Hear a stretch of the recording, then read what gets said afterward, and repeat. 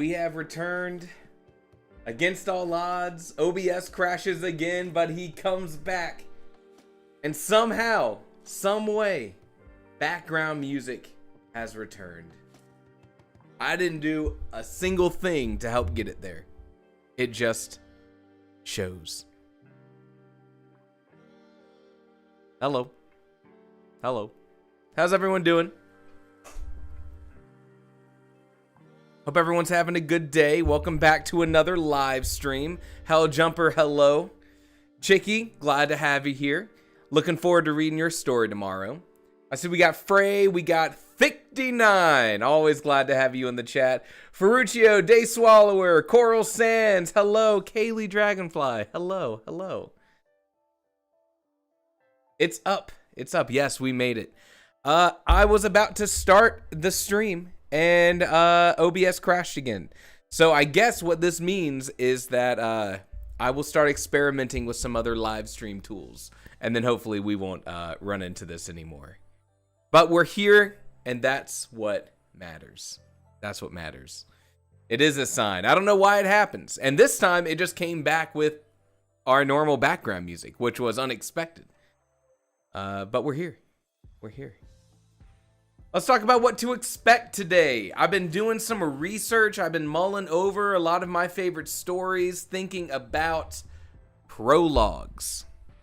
Because today we have two stories from two awesome community members. We got Helljumper and Kaylee Dragonfly's stories, with which both feature a prologue.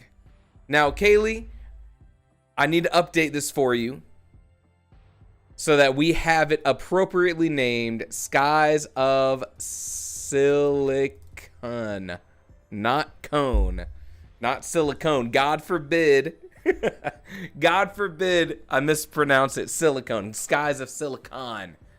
Is that right? Correct me if I'm wrong. Make sure I spelled that right. Make it look good. This is your story. You know, we want that representation there. Oh, man. Yeah, so I've been thinking over, I just finished a book today. I've been thinking over other books that I've read that have prologues, kind of thinking about this whole idea of the prologue. And I wanted to get some of your opinions. Yes, I do love the Skies of Silicon title. Very nice, very nice. I want to get your opinion on the purpose, the role, the importance of the prologue, why some stories have it and why other stories don't have it. Skies of Silicone sounds like a documentary about aging flight attendants. Oh, that's funny. That's a good one. Yeah, there's a lot of jokes I think you can make with Skies of Silicone, but Skies of Silicon, well, that's just a sci-fi great in the making. I'm assuming that's the genre. So let's start our conversation about prologues. I just finished a book today. I finished Sufficiently Advanced Magic, which is by Andrew Rowe, which is kind of like a lit RPG kind of book, kind of a progression fantasy style book. It did not have a prologue. But I would argue that its first two chapters were very prologue-esque, which is a strange saying, but we'll talk about that. I want to talk today, and I want to get your opinions on why you would go about putting a prologue in your story, and why you might decide against it. So I guess maybe the first question is, are there any stories that you have in recent memory that you've read, stories that have stuck with you, that had a prologue that has been an overall benefit to that reading experience? Because I can only really think of one. Of course, for me, that one is Game of Thrones. The first book of, Game of Thrones, A Song of Ice and Fire. I also think this first Stormlight Archives, yes, The Way of Kings, Kaylee says, has a prologue, but I haven't read far enough in it to know if the prologue pays off. I could talk a little bit about that prologue. Chicky says, I don't remember if I've ever read a prologue before. Now, I wonder if that is because you choose to skip prologues because they haven't been impactful enough, or because you truly haven't just come across one. For what it's worth, I think prologues are pretty common in almost all of fiction. I encounter more of them in fantasy and science fiction, but that's because I think I just read more fantasy and science fiction. So naturally, I would come across those more. Chicky says the books had no prologues. 59 says, I read a murder mystery recently with a prologue that had a red herring while the author monologued. You say that like it's a bad thing. I don't know about a red herring in the prologue. I could see it paying off in kind of an interesting way. Kaylee says, I don't read enough books in general, tend to read the same ones over and over again. Okay, Kaylee, what are some of the books that you find yourself reading over and over again? I'd love to know. Phrase says, I can only think of a couple books that have very prologue-like first chapters. And I think that's a good way to sort of start off the conversation of what is the role of a prologue? So if I'm just looking in isolation at the Game of Thrones prologue, I think I can't remember if I said this in the last live stream or a video recently. I feel like I did. It's about 5,000 words. You can read it in 10 minutes. You can find the whole thing online to read through the prologue, and I highly recommend that you do. Because the prologue there is pretty interesting. It doesn't feature any of our main characters, but it does a lot of heavy lifting to prepare you for what you're about to read. Kayla says, The Savior's Champion has a very important prologue. I don't think I've heard of the Savior series. But you know what? It would be awesome if, as we're talking about prologues, you can think on how the prologue in the Savior series sort of serves the overall story. Because if you have a prologue that doesn't serve the overall story, I don't know if you should have the prologue. Be nice in the chat. So here's the thing. I'm going to look at it purely from a Game of Thrones. Here's what the prologue does in the Game of Thrones and how it serves the story. So first off, this is a teaser for the rest of the series. But it's a teaser in the way that it doesn't feature any main characters, but it showcases that the world is high stakes, that there's a fantasy element. Corby, hello. That it's going to be somewhat grounded. It's not just people throwing spells left and right like maybe some other fantasy series might have. And the prologue itself also shows what will eventually be sort of a coming threat in the series, which is the White Walkers.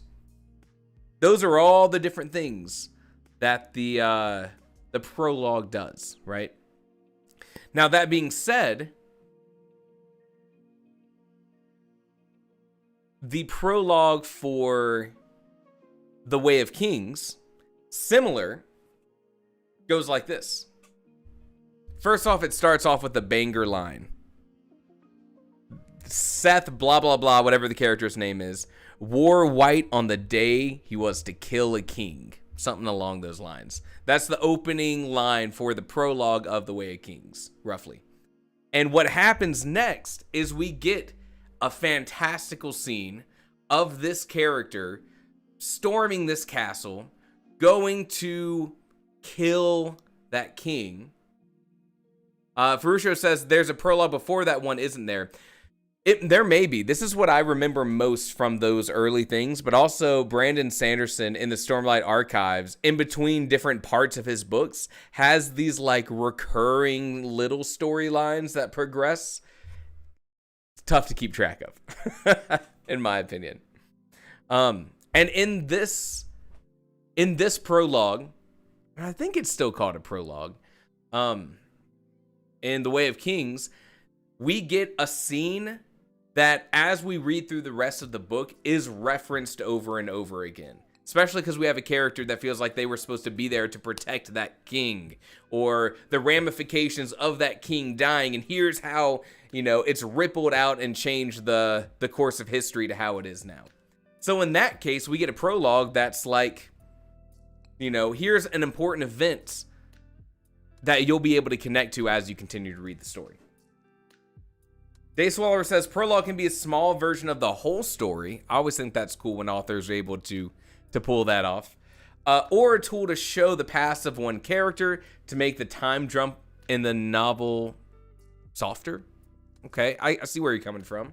Kaylee says, I had to write a prologue just to make the genre clear.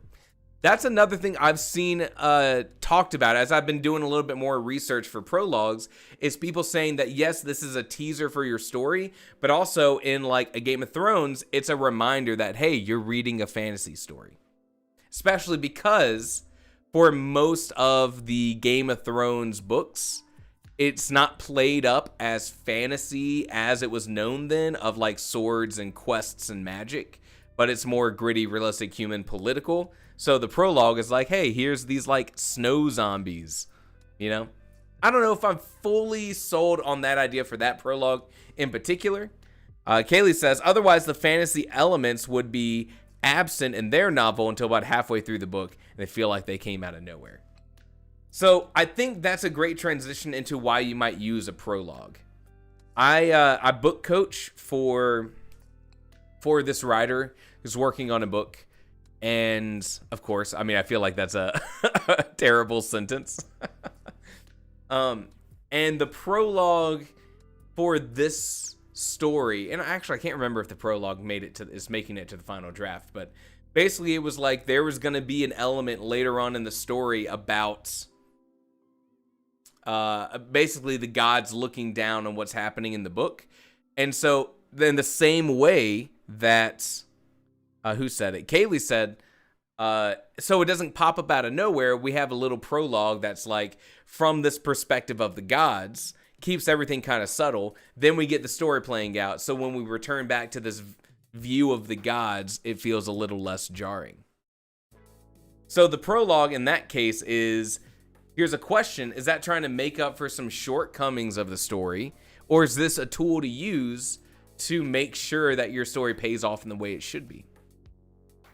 The story I read recently that had the first couple chapters that felt very prologue-y was that we have our character who doesn't talk much in a location where they're not going to return to for almost the majority of the book, going through the series of events that will basically kick off the story. And I think a lot of people like to use the prologue as like a little punch of action early on in the story, so that when chapter 1 comes around and we're setting the groundwork for the rest of the story, we at least got to start the story with something exciting. I call that the action prologue. I think it's a good tool, but I also feel like it could be a little bit of crutch if you're worried that your first chapter isn't going to be interesting enough to the reader. Undetermined on my final thoughts there. Kaylee says, I forgot, was the first chapter in Harry Potter a prologue? ? I think it was. You're talking about Dumbledore in the streets with, I know, especially in the movie where he's like flicking out all the capturing all the lights from the street lights, and then the cat walks up and turns into Professor McGonagall. Is that their name? Joe Reed. Also, Joe, welcome to the chat. Something I found common in prologues I enjoy is that they provide touchstones for what is normal in that world. That seems like a pretty good use for it. And that's kind of, I think, similar to the idea where Kaylee was like, I needed to make sure they knew this was going to be the genre of the book, even though we didn't touch on these certain elements until later. The idea that the prologue is like, hey, by the way, this is a fantasy book. I just want you to know that. Yeah, I think that is the prologue for Harry Potter. I think they call it a prologue, but I can't remember. I think that's a pretty good foundation for understanding what a prologue is. So the question is when to use a prologue, when not to use a prologue. Number one thing, of course, this is your story. If you think the story makes the most sense with a prologue, I don't think anyone's going to stop you. That being said, I do think your prologue needs to have substance. It needs to be important enough to the overall story where we understand why it exists and why we're not just starting with chapter 1. So like, also, I think it's crazy that some people don't read the prologue. I asked my wife, she was reading The Way of Kings, and I was like, you're gonna love the prologue. And she was like, normally I skip the prologue. And I was like, what?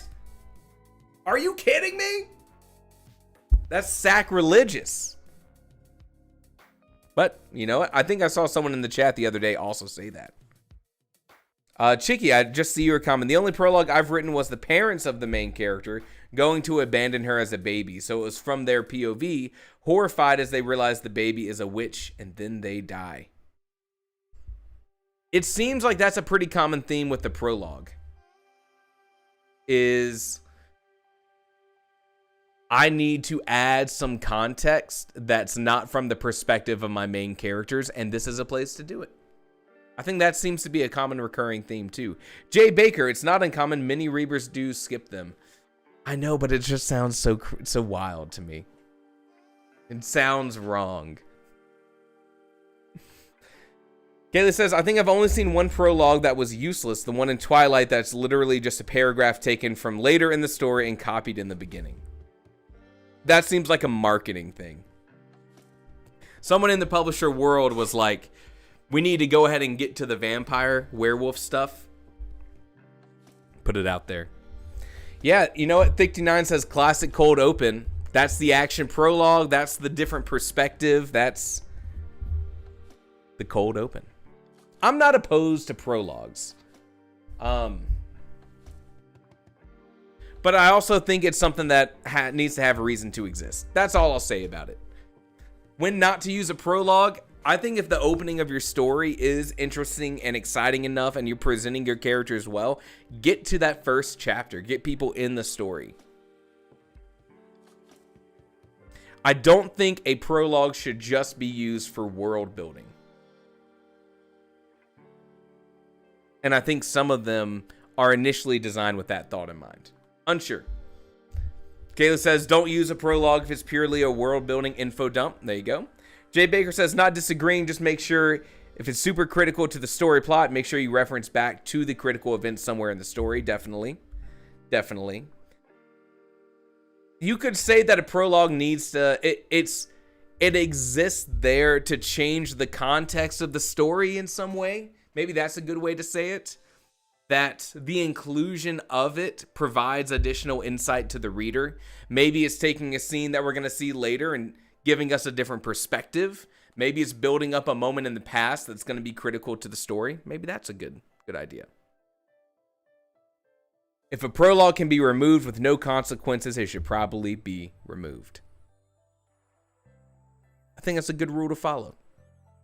And like with any rules in art, if you just really love it, find a way to make it important. If you really want to have it in there, it is your story. Keep that in mind.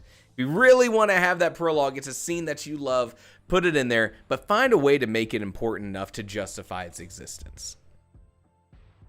Thick9 says, weird a question. Does a prologue need to be first? Read a visual novel recently that placed it after chapter 3, and it hit better since I was more invested. I think if it's going to be called a prologue, it's got to exist before the content of the story. Right?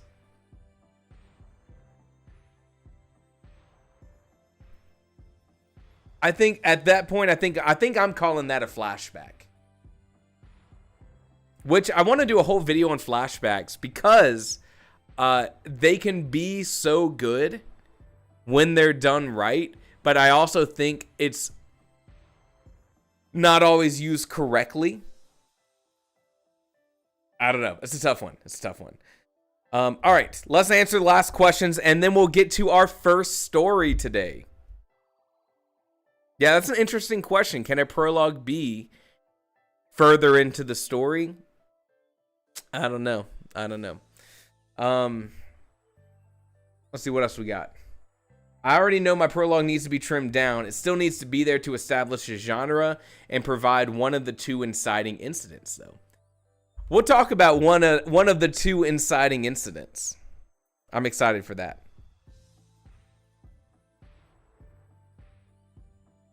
All right, what else do we got? Dayswaller says, not a prologue, but sometimes there's a spice paragraph at the beginning of each chapter. Any idea what that's called? Sometimes I've heard that referred to as like an epigraph, which is like a section of text that goes with a chapter. Malazan Book of the Fallen has an epigraph for every single chapter, and it's some in-world piece of writing that will relate to the book somehow, either just expanding on like this idea of world building, or even being something that's like predicting something that's going to happen later in the novel.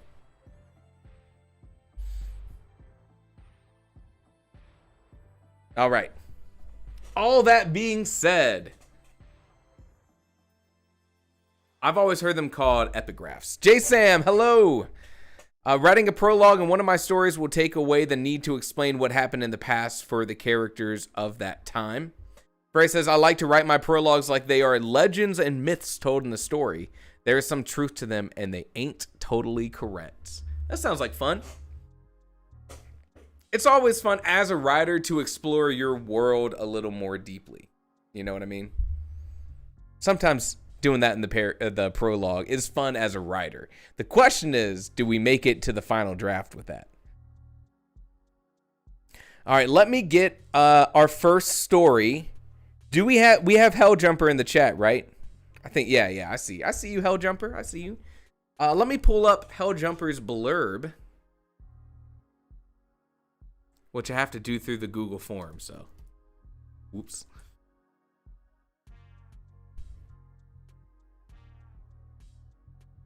Helljumper. Kayla says, my blurb, cover, and most of the first half of the book make it seem like pure science fiction, but it's not. It's okay. That's okay.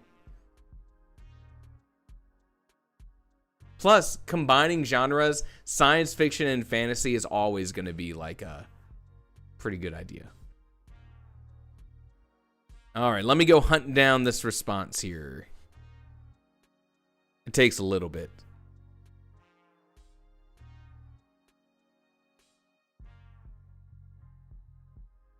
Oh, we got some more submissions. I'm just seeing new submissions in here.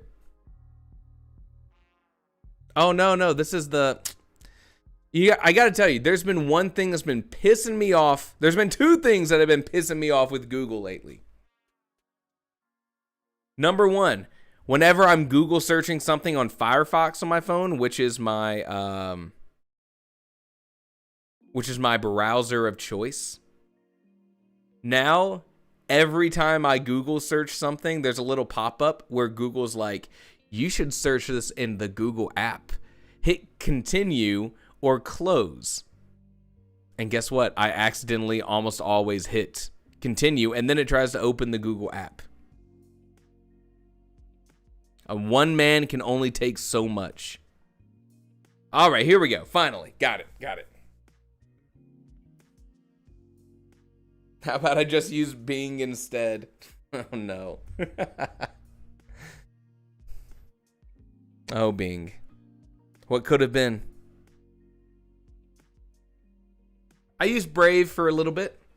Brave is a reskin of Chrome, and the big thing I was getting frustrated with Chrome was the amount of resources that tabs take. I'm a Firefox guy. Us redheads got to stick together. Me and Firefox through thick and thin. All right, let's go to the blurb of Kaylee's story. All right. This story, Scott... Wait, no, sorry. We're not doing Kaylee's first. Sorry. We're doing Helljumper's first. False alarm. My bad. Close one. Got everything switched up. Sorry, we are on Helljumper's story first, right?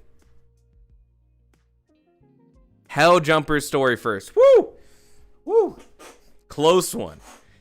Helljumper story. Let me introduce you And Helljumper, please correct me if I get the name wrong. I'm going to do my best. The story is called Draco Cardos. Draco Cardos or Draco Cardos? That's the question.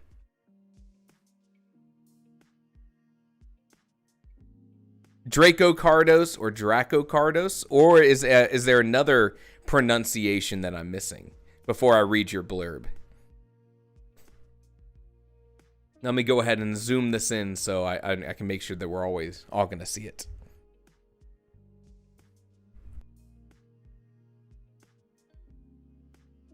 What's the consensus? Draco Cardos, Draco Cardos?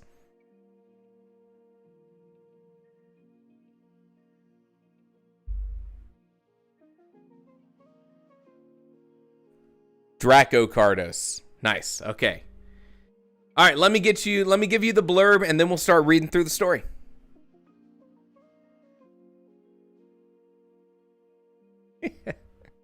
All right. The blurb. Here we go. This is the audio experience. Here we go. Here's the blurb. Adonis, a young storm Draconi cadet, must conquer the brutal trials of the 209th Onyx Division, and also the torment of his father's mind, ravaged by mysterious illness. As he trains to be the next elite Onyx Talon, Adonis struggles to heal his father, hoping his own rise as a warrior will restore the man who once shaped him. But with each deadly challenge, the lines between duty, family, and loyalty blur. Ultimately, Adonis must face a painful truth. No victory comes without sacrifice.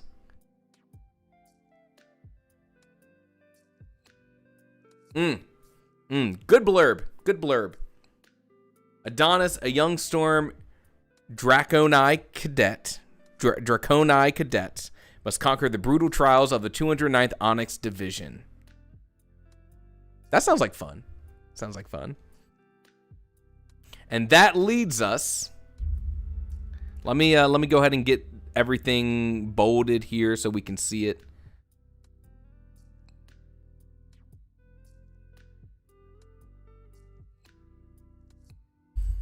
This is an audio experience. If you guys are listening in, that's totally good. All right, Act 1, to be prepared for war. Now, here's the thing. Helljumper, you remember the rule. I'll say it again for people who weren't here yesterday. When we eventually are reading your story, for those who have submitted already, who haven't submitted before, but maybe want to do so in the future, there is one rule. And this is from some of the writing critique groups that I took in college. The rule is you as the writer, the author of the piece being critiqued, are not allowed to comment, to talk while we are reading your story. Which means when we inevitably say, wait, hold up. You know, I don't fully get why this character did this strange thing. You don't get to come in here and say, oh, well, let me answer that for you. Oh, just wait. That'll pay off in just a second. You'll find out here in a little bit. Because, if you remember, for those who were here last time, once your story is out in the world, and we do know this is a first draft. We are treating it like it is more of a final piece, but we all know it's a first draft, or at least a working draft. Eventually, your story will have to stand on its own 2 feet. And so what the reader gets on the page, whether your intention is there or not, is just what the reader experiences. So this is also, in addition, while we're talking about first chapters, prologues, you're also getting the reader's initial response. So as I'm reading, as I'm sort of deciphering what I'm reading, we're talking about things we like, things we think could be improved. You are getting that glimpse of the reader coming to the story in the first time, and that is important. And then at the end, for those who didn't see this last time, at the end, the floodgates open. You are allowed to comment answer any questions that you would like, share more of your story in the Discord if you are so inclined. And you can say whatever you want to your heart's content. That's the idea. Could I get a confirmation that you are able to read what is on the screen? A thumbs up, a heart emoji. Is that what people do with hearts now? This little thing right here? Let me know that you can read this on screen so I don't have it. Okay. I see it. I see Kaylee can read it. Tario gives a heart right back. Am I right? All right, here we go. Act 1. To be prepared for war. Rain hammers the cobblestone street, slick and treacherous under Adonis's scaled feet. He steals a glance over his shoulder, nothing but the ruins of the city. Lightning rips the sky above, illuminating the ruins for a split second. The thunderclap vibrates the air, and Adonis feels it pound his chest. His onyx metal armor clinks as he moves, but the cloak he wears on top silences the noise. All he can hear are his breaths from his reptilian nostrils and the surrounding storm. First paragraph. We always put a little stop here so we can talk about first paragraph stuff. This is our introduction to the story, whether it's in a prologue or in that first chapter, which in our case here, we have our prologue. I'm liking it. I'm getting good visual imagery, right? I like that you're building this scene. We have the rain on the cobblestone street. I'm getting a good visual here. I'm getting the sound, right? Nothing but the ruins of the city. You're building out the world around the character. Lightning rips the sky above. Thunder vibrates the air. We feel it. And of course, at the very end of this paragraph, we get the reptilian nostrils. And now me as a reader, especially not seeing anything about reptilian in the blurb, has me going, hey, wait a minute. We have a character who is maybe, from what I can tell, from reptilian nostrils, either not a human or just not a human nose. Probably not a human. Someone says about it being centered in the document. It is not centered, but to get everything onto the screen a little bit, I just don't want my camera to clip it. There. 59, this is for you. Let's keep going. I'm liking it so far. A lightning bolt strikes closer. The air hums with energy, though it did not strike him. He runs faster now, and the blue glow of the lightning veins on his black scales intensifies, as well as the veins on his dragon-like horns protruding from the hood. All right. Hell Jumper. I'm liking this. I'm liking that you're teasing some of this detail out instead of building the whole character in one fell swoop. That makes for a better reading experience. Sometimes we think I need to build the whole world out. I need to describe my character in this block of text. We get, as a reader, we get that you can tease out information, right? This is a very simple example of the read and find out kind of idea. You don't need to give us everything all at once. Tease it along. We're here along for the ride. Adonis sees a vendor stand ahead, splintered and broken and in the middle of the road.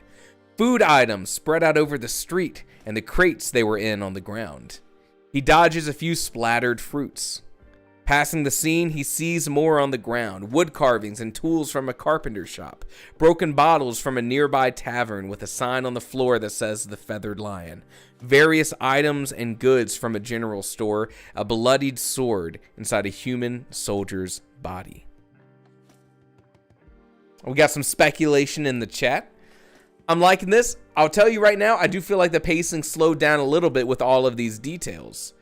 And I think that this sentence came out maybe a little bit awkward. He dodged a few splattered fruits.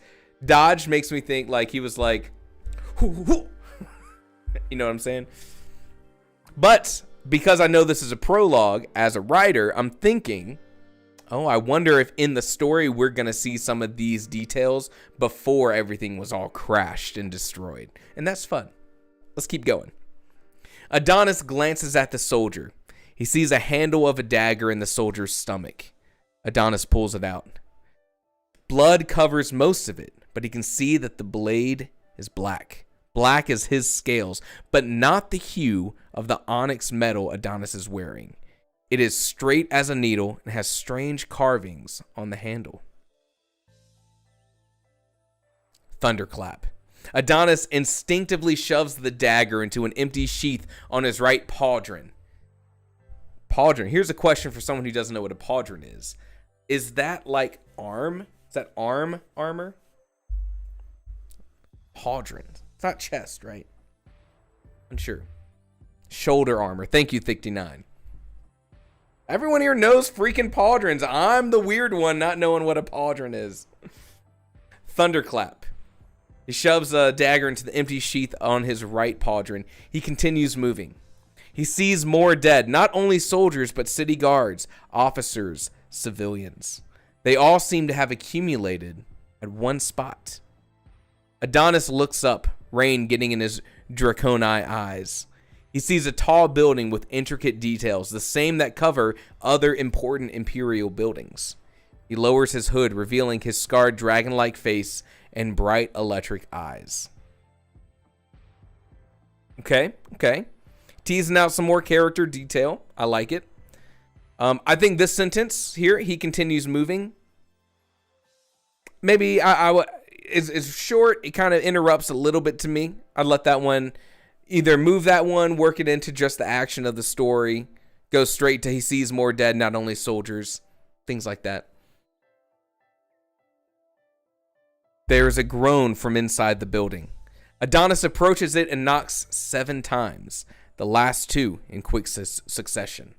The door creaks open, cutting through the sound of the heavy rain, and Adonis steps in. For a moment, he cannot see, but then his eyes adjust. Soldiers sit on the floor, bloodied and exhausted. Wounded lie on fancy tables with carvings on the leg as a single medic tries to help all of them.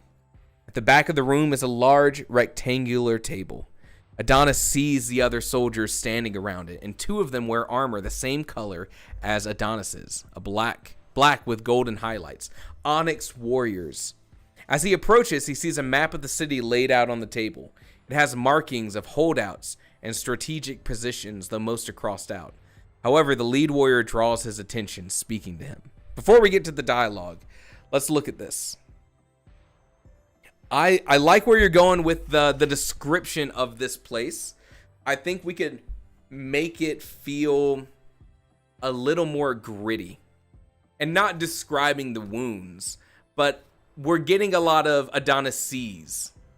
Adonis sees this. Adonis sees the markings on the building. Adonis sees the other soldiers standing around. I would pay a little more attention to the other senses, especially coming into this room gives us a lot of extra sensory information. The smell of blood or antiseptic in whatever the equivalent of this world kind of thing would be. I see we have some people wondering about getting some introspection, some narration for what Adonis is experiencing. We'll wait to see. I could see the prologue feeling a little bit more removed in psychic distance and then getting closer in the first chapter. We'll see. There are burn wounds, very distinctive. We are very visual in the story so far. And that may also that may be why some people right now are feeling like, oh, we want to get a little bit closer into Adonis's head, because it's easy for us to understand what Adonis is seeing. But even the idea of including other senses also brings that psychic distance a little bit closer, right? That extra sensory information of smells, of hearing the groaning, which I think we might have had in here.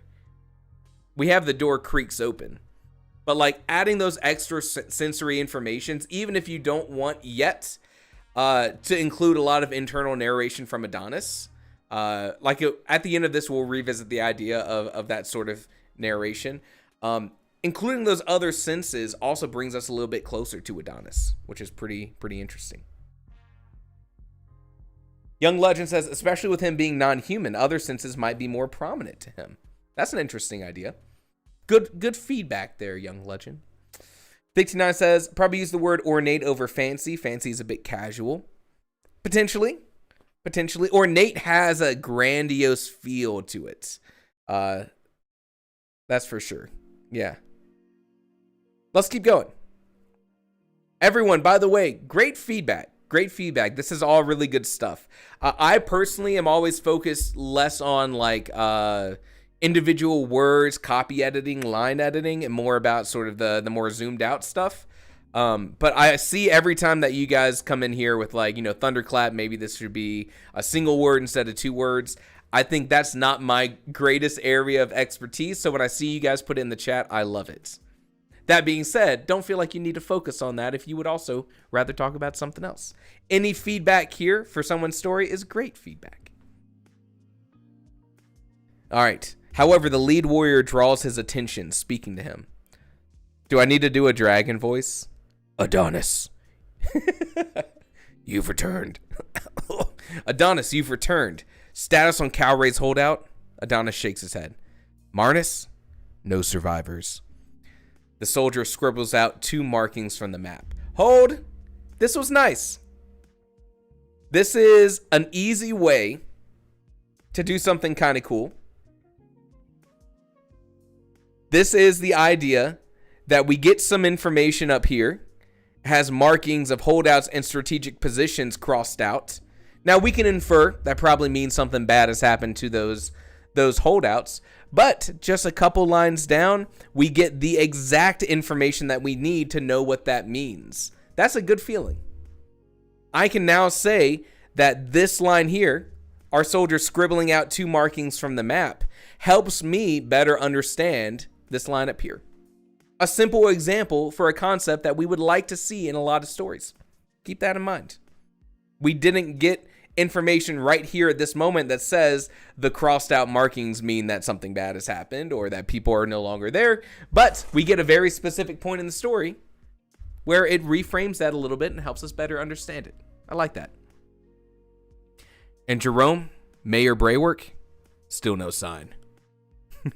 The officer curses, bam, bangs his fist on the table, and then lifts his scaled hands to rub his eyes. The scales crimson red instead of black like Adonis's. He too is Draconai. Have you taken a break yet, Devante? I have more pressing matters to deal with. He puts his hands down on the table, moves a few empty bottles of beer out of the way. I have an entire war to deal with. Adonis steps into the circle around the table. The map has scribbles covering many markings previously made to show fortifications and holds. The other soldiers around the table all carry the same expression: despair. Despite having Onyx warriors at the table with them, Adonis feels it himself, but his experience does not allow his face to show it. I think I already have this information with me as a reader. About the markings showing fortifications and holds. Did we have that up here? Markings of holdouts and strategic positions. I would say cut that one out. I feel like I have enough information to know about that. But his experience does not allow his face to show it. Adonis turns to the other warrior, a human with dirt smudges on his face. Reinforcements. He shakes his head. None have arrived. None are coming. The enemies surround us on every front, and we lack sufficient men to break through and deliver the message. And before you ask, the pyre has already been lit. The wretched storm is not helping. He sighs, running his hand through his blonde hair. If only your lightning powers can move the storm, we'd be sitting in the back with reinforcements fighting for us. I feel like maybe there's a way we can improve this. We'll come back to it. I feel like there's a way we can heighten that one a little bit. Adonis pats his brother on the shoulder. Wait a minute. Now I'm wondering, brother, as in like brother in arms? Thunderclap. The soldier jumps a little and then chuckles. Prove me wrong then. Go ahead. One day, Roland. I like the name Roland. Adonis turns back to Devante and waits for him to suggest a move. Silence. After a moment, Devante looks up. Saving Jerome and the mayor is still our top priority. What about getting word out that we need reinforcements, Roland asks. That'll have to wait. We cannot do it alone and risk our lives once more to only return empty-handed. And what do you suggest, Roland? We abandon our comrades? Leave them to fend for themselves? Even if we find them, we cannot win this battle without reinforcements. If they're still alive, they can hold out a bit longer. This is an exchange that has energy to it. I want to see that energy present through body language. Also, here's a rule that I follow, and I'm interested to hear your opinions here. Let me think of the right way to phrase it. So when you're going back and forth between the same two people, you don't need to put your dialogue tags because we understand what character is speaking. But I do think there is a set amount of exchanges before you need to sort of like nudge the reader to remind them. You do it right here, but you also have the name right up here, which is also a little cheat code. We can go in here and be like, just remember, the other person talking is Roland. For a moment, my brain skipped over the name just because I'm in the heat of the dialogue, and I was getting confused on who was speaking. But, I mean, we get that right over here, Devante. I would like a little action. I would like a little action from these characters, especially because we're in the midst of an argument. This is great time for someone like you had before, banging a fist on a table, jabbing a finger, someone exasperated. This is prime time to throw in some body language. And I think when the conversation is a little bit less exciting, less intense, that's when I feel like it's good where you can skip all the dialogue tags and just have it be rapid back and forth, because that's all about like, speeding up the pacing. But I kind of want to see Roland be upset.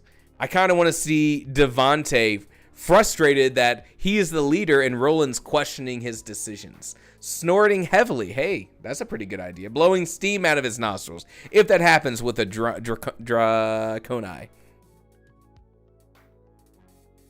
That's the feeling I'm getting. Not saying you have to do it. That's the feeling I'm getting. I feel like it's missing that sort of body language aspect to it in a moment of heated exchange.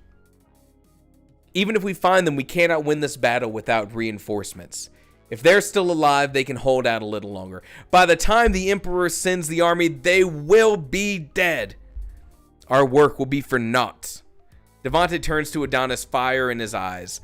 We need to find our brother. Take Vorin with you. I suggest you start with the eastern flank. Move on to... We got lots of body language ideas in the chat. Perfect. Exactly what I'm talking about. I suggest you start with the eastern flank. Move on to... The door bursts open, and wind rushes in along with a soldier. Blood covers his armor. A sword chipped and worn, and his face pale like a wintry morn. Is that a purposeful rhyme here? Worn and morn? Got a dog back here. His voice is quick and panicked as he speaks. They're coming! Fire! Their fire is coming! It's everywhere! They're burning us out! I like it, the kick in the pants to move the story on. The medic rushes over to the man and helps him walk over to the table, while the previous wounded gets up and moves. A little awkward in the phrasing there. A guard shuts the door and the three warriors move to the man's side. Please help me. We need to run. Is there a way out? What fire, soldier? What are you talking about? Devante demands. I would like a dialogue tag here with the first line of dialogue. I think it's with the injured soldier that just came in. But this would also be I like the idea that he's still panicking. But it did take me just an extra second to work out who was speaking. What fire, soldier? What are you talking about? Devante demands. North, east, south, Everywhere. They're everywhere. The fire, too. They have fire rain from the sky. Slow down, soldier. How is there fire in this storm? Thunderclap. Now that Adonis thinks about it, he can tell that it's no ordinary thunder. It sounds more low, and the ground rumbles. I would say deeper here instead of more low, and the ground rumbles. The soldier goes quiet. He whispers, that was no thunder. It may be more impactful since Adonis has already figured out that this thunder is not what we think it is, to just have Adonis rush out while the soldier is still panicking, right? Kayla says, okay, the conflict between fire and storm is clearer now. There you go. Adonis raises the hood of his cloak and rushes outside. The storm has intensified and tries to push Adonis back inside, but he walks out onto the street. Thunderclap. He hears it vividly now, can feel vibrations in his feet. He walks towards the source of the sound, his feet splashing in puddles and his tail dragging behind him. Devontae, Roland, and a few other soldiers come out and follow Adonis. I think we're getting some cross-sentence... hold on. What's the term we used the other day? Cross-sentence... Pollination's not right. My brain's in pollination mode. For those who were here yesterday, what were we talking about? Cross-sentence pollution? Was that what we had said? I can't remember the exact term we used. There are some words that are sort of colliding with other words in a way that I think can be improved across sentences, right? The fact that we use outside here and then inside here and then out again, cross-sentence pollution. When reading it out loud, you notice that these words feel too similar in the mouth, you know? You can feel vibrations in his feet splashing in puddles. Those are the kind of cross-sentence things where, like, when you're just looking at one sentence at a time, especially because that's just how we write, you know? Because we're just discovering the story, going to the next sentence. You miss these sort of, like, these words are too close to each other, or these words are so similar, it kind of feels like it's rhyming in a way that could be improved. Jay Baker says, you might want to start a new line and say something like boom instead of the thunderclap. New line to continue. Potentially. This is why it pays to either read your work out loud or have a program that reads it out loud to you, because that cross-sentence pollution is a little bit more noticeable because your brain is taking in more information than when you're writing, because you're one sentence at a time. Great example of an idea for how we can improve our writing. Thunderclap. Much closer now. He can feel it and feel it throughout his body now. He can hear it and feel it throughout his body now. Though it isn't energy like lightning. As he turns around a street corner, he sees what the survivor was talking about. Every building down the street is on fire. Even in the pouring rain, the fire rages against it, fighting and devouring whatever is left of the city. A wretched hissing noise erupts from the fire, meeting the water louder than any hiss Adonis has heard or made. More fireballs fall from the sky, crashing into buildings with fiery explosions. Adonis pivots and shouts to the group behind him. The made part here, maybe we don't have the information for what a Draconi is able to do yet. Feels weird to me with the information I know so far yet. I do think he could probably make a pretty loud hiss, though.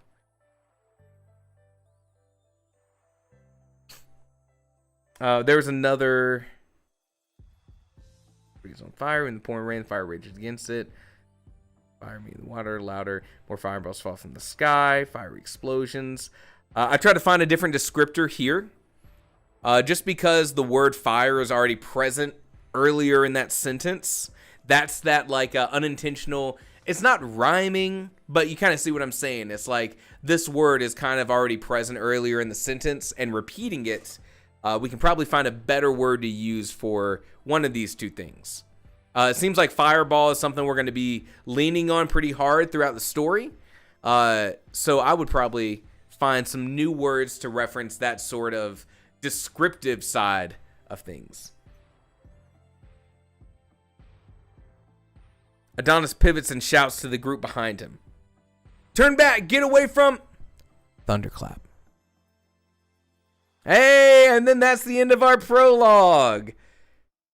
Helljumper, first off, great place to end the prologue. I didn't even, I'm over here just having a good time reading this thing out loud. I'm thinking like we're about to get this big scene. We're about to discover what this noise is. I'm speculating. Is it artillery? Is it magic? Thunderclap? You gotta wait around to find out. We will continue on to chapter 1. Let's take a second to talk about the prologue. Let's talk about what the prologue does. Let's stick first off narratively. Because this is the first thing that the first thing that we get of the story. Young Legend says, second type of chapter ending. Way to be pulling from what we talked about yesterday, the stylistic chapter ending that you do for reader experience. Thunderclap. Totally agree. Totally agree. All right. The stylized chapter, unless that last thunderclap knocked Adonis out. We'll have to find out when we read the first chapter. Well, I imagine if I'm... Just from what I know of the blurb, I think we're about to go into the past and find Adonis before he got to this point. But that's me speculating. All right, so here is my personal feedback, and I would love for anyone else who's been following along to add some of your own feedback. You are allowed to disagree with me. I am not the single source of truth. And I mean that if you have a different opinion on something that I talk about in the chat, but also for Helljumper, all of this is just feedback for you to absorb that information and decide how you want to tell your story. So that being said, let's talk about this, then we'll go over to chapter 1.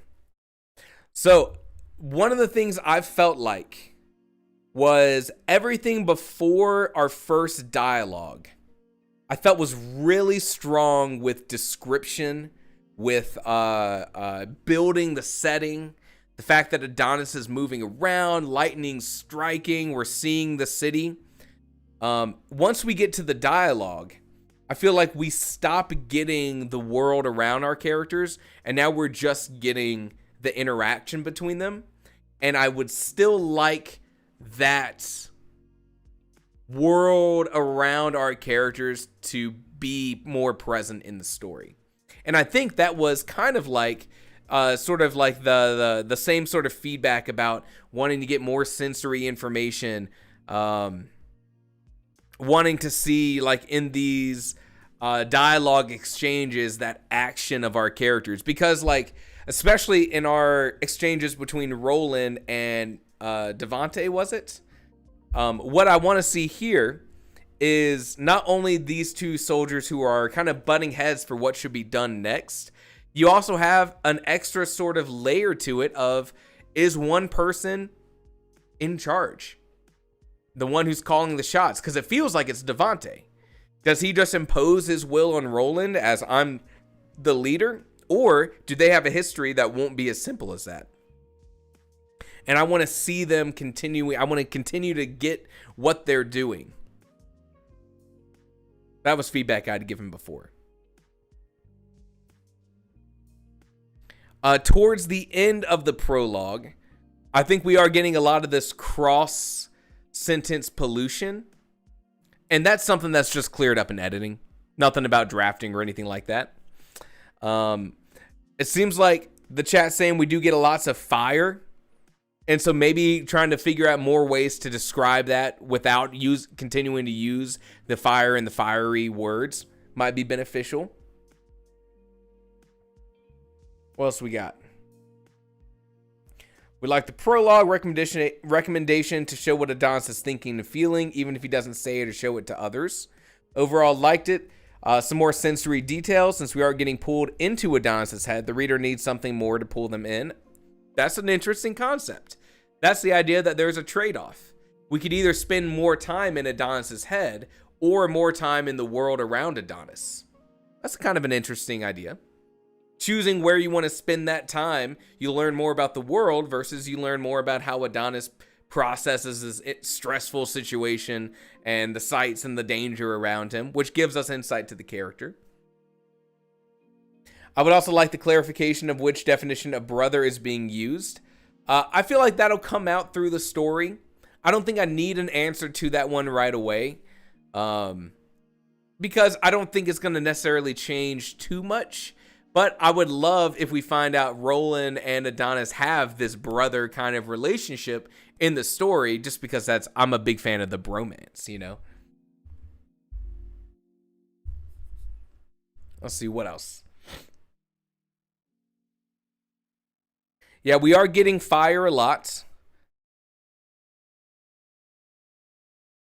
So I would look at how to explore those situations without the specific term of fire. Frey says, I need some more bromances. You and me both, pal. All right. Overall, Helljumper, I'm a fan. Because you've introduced the setting. You've introduced a character that we know is decidedly not human. So I want to know more about that. And then that finally takes us to chapter 1, Hero in Training, 0 to Hero. Let's see, what other Hercules songs do I know? What's the one that Phil sings? Oh, dude, I used to watch. That was like our go-to movie growing up. I paid for the whole keyboard. I'm going to use it. That's hilarious. Hero in Training. All right. Any last things we want to talk about? Prologue. Now, here's what I am seeing so far with my limited knowledge, because we haven't looked at chapter 1 yet. What I'm getting from the prologue is that this is a teaser of things to come. So it makes me want to know how we got there.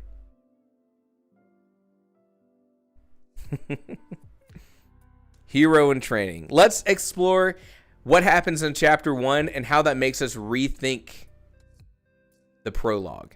Because, I mean, look, we know the prologue doesn't need to pay off immediately, but it does change how we want to perceive the story as a whole. So that's worth saying. Adonis slams into the mud with a splash. His sword flies out of his hand and lands just out of reach, and his helmet sinks in the mud. He sits up quickly, his electric blue eyes scanning the area. As the rain pours, it hinders Adonis's vision. Where is it? He thinks to himself. Ah, we're in Adonis's head.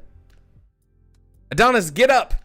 He flips around and reaches for his sword, but the centipede leaps from the ground between him and the weapon. The young Draconi backs away, but the large beast charges at him.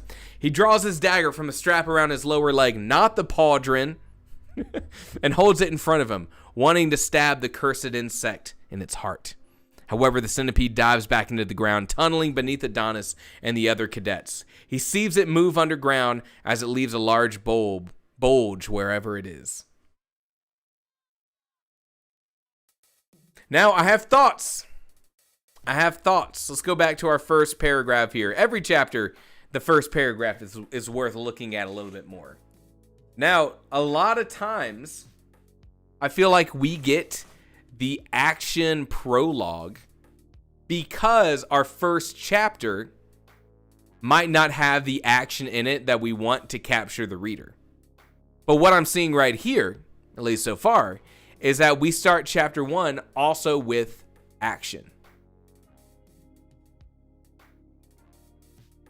So to me, I'm like, okay, so then maybe the purpose of the prologue isn't to have the big exciting opening, the action opening, but the purpose of the prologue is in we talked about, like, the teaser to the rest of the story, something that's exciting that just pulls us in a little bit more. I would say the action prologue is best used when your first chapter doesn't have that kind of action opening, because if it does, maybe it's where the reader should start. Let's keep going.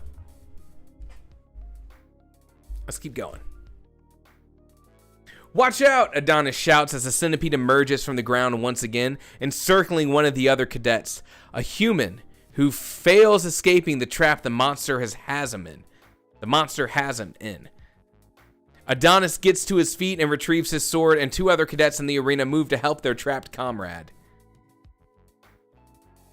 Ending a sentence with "in." I don't know if we want to do that one. I would rephrase that. And I think, I don't know if this is like officially the right term. It has like the passive voice vibe of like, we could rephrase this and it's less about the human being in the trap who is trapped and more about this guy getting captured. You know what I'm saying? I'm not the best at all the grammar rules. My grammar classes growing up were not great at teaching me all the right words for that. All right, let's keep going. Jump over it, another one shouts, who was also a Draconai. Are you crazy, Devante? Let's go. Love to see our characters. Do it, Roland. Love it. Love it, Helljumper. Bring those characters back because we want to know their origins. Now, there's a question about whether or not we want to introduce them right away, or do we run into Roland 5-10% into the story and we're like, oh, this dude's going to be our friend. Could go either way. The trap cadet bends his legs and leaps, but the centipede reacts. It catches Roland midair with its large pincers and lands on top of him. The crack of bone and a scream of pain make Adonis flinch, his claws tightening around the sword hilt. Get it off me! Get it off, damn it! Roland tries escaping the jaws of the centipede, but it only worsens his pain, and he shouts in agony. Adonis and the other cadets approach the side of the monster and try to stab it through its tough segmented chitin shell. Right? Chitin? You cannot convince me that's pronounced shitten, right? That feels like something Frey would try to convince me. Chitin, right? Okay. Devante generates fire from his hands and heats his sword with it, skillfully piercing the centipede between two segments of its shell near the neck. All right, pulling a stop here. This is our first exposure to the abilities of either Devante or the Draconai. I think you should drag this out a little bit. Give us the visual, right? Generating fire from his hands is vague. I don't know how to visualize that, right? But seeing his hand with the heat waves above it, right? The glow of this magic thing in the palm of his hand, and then holding it over the sword, and then seeing that turn red hot. Like, bring me into that moment, because that's a cool moment. Frey says, I'm glad I didn't say anything about the name Mammoth earlier, and now you hit me with that. Oh, Frey. We have fun here. Because this is such a fun and cool part of a fantasy story, show it to me. Give me the detail. I hunger for the visual, the detail of this. Now, I think this is the right place for it. There is an argument you could say where we're going to have a more detailed scene later on where we explore the magic and it's going to, answer those questions. You just have to read and find out, Raffo, which you hear me say all the time in all my videos. But I know, everyone in reading this book is going to know in chapter 1, Roland's not going to die. Devante's not going to die. Adonis isn't going to die. This is the fun, exciting opening. I'm not feeling like this is like a tense moment. You know what I'm saying? Because we're in the first chapter, right? When you see James Bond in the opening of the James Bond movies, you know he's going to be okay by the end of it. That's like a little meta storytelling. It's in your head, even as a reader, when you're going through this. So, because of that, feel free to take your time a little bit and have a cool moment here. It's okay, we're in the midst of the action. We also know that we have multiple people here, soldiers here, like we can afford that little extra time and do something cool with it. You know what I mean? Except that people skip prologues. Kaylee says, the further we get in chapter 1, the more I wonder what the purpose of the prologue is. We didn't need the prologue to establish there's combat or introduce characters. We'll see. We'll talk about it. With a shriek, the monster releases the injured cadet and attempts retreating into the ground. It flees, but Devante's sword is stuck, protruding from its right side. This stops it from going under, so it crawls away on its 100 legs to the other side of the small arena, cooking alive and bleeding green blood from the wound. Uh-oh. Adonis can smell the putrid insect flesh from his position. That's what I'm talking about with bringing that sensory information to us. You know what I'm saying? That's what I want. I want to hear it, the sizzling of the meat. You know what I'm saying? You don't always have to do that, but in these moments, it pays off, right? I read this and I'm instantly like, oh, that's awesome. The smell of that. I wonder what that's going to smell like. That's you pulling me into the story, and that's what we want. There's some phrasing things here that in your editing, I think you could tackle. Attempts retreating into the ground. I think attempts retreating feels not as what's the right word? Appropriate for like the fantasy novel kind of verbiage. Some things like that. This stops it from going under. We want to avoid these kind of ambiguous words. This stops it. Kind of leaves some interpretation that the reader's trying to fill in the blanks. It, especially when you're reading quickly. I don't know if these would be called sticky words, filler words. There's this idea in Pro Writing Guide of there's a report you can run called sticky sentences. And it looks at sentences that contain the top 200 most common words in the English language. Things like always, and, this, it, is, from. And for sentences that contain a high percentage of those kind of like super common words that don't really bring a ton of meaning particularly to the sentence, it highlights them. This is the kind of thing it's highlighting. This stops it from going under. Has a lot of those sticky words.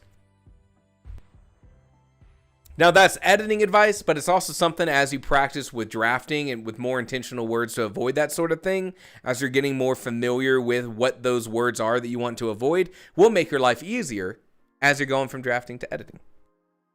Let's keep going. Adonis pursues the centipede. Devante drags Roland away and out of danger. The fourth and final cadet, another human, reinforces Adonis. Together, they follow the centipede as it continues trying to submerge under the ground. It leaves a trail of green blood behind it, mixing with the water in the mud. We're getting some more of these words. I think continues trying. Here's what I found in the last prose book I read, and this is a great example, so I'm glad we ran into it. When I'm reading the continues trying, kind of like this word pairing, I think we also got it kind of up here. Where do we see something like that? Attempts retreating. There's either a better word that we can choose that will describe that, or just say it's retreating. It retreats into the ground, or it scatters away. Because retreating into the ground isn't the same thing as what you're writing, because we want it to attempt retreating. But flees, what you use right here, might be the appropriate word there.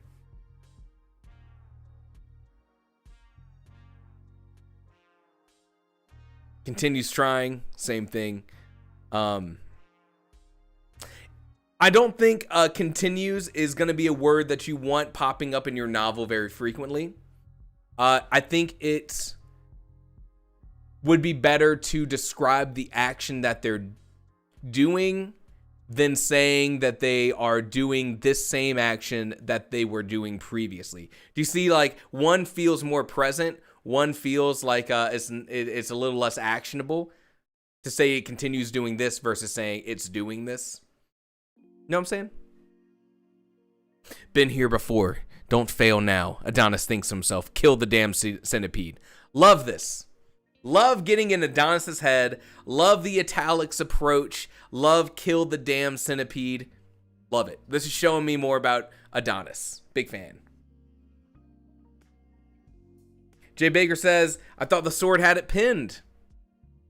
That's a good question. At some point, we had We had the sword was pinned in the monster, stopping it from going underground. His heart races like a hoverbird's, the lightning veins on his scales glowing under his armor. His claws press into his palm as he tightens his grip on the sword. He slowly approaches the Terra Thrasher, his tail dragging behind him, his three-toed feet stepping closer to the beast. Here's the thing. Big fan. Big fan. His heart races like a hoverbird's, lightning veins on his scales glowing under his armor. His claws presses into his palms as he tightens his grip on his sword.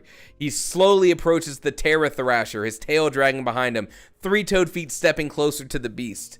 I think that we've slowed down the story with this kind of description, but it's creating that cinematic kind of moment, approaching the monster. I like that we're getting description of Adonis through action, as opposed to just like Adonis had lightning veins on black scales with claws, right? Instead, we're introduced to these kind of features while they're doing something. You know what I mean? That's a better way to approach it than just describing what they look like. I like the use of Terra Thrasher and not telling us any more about it. I get it. I know you're talking about the centipede. I like the name Terra Thrasher.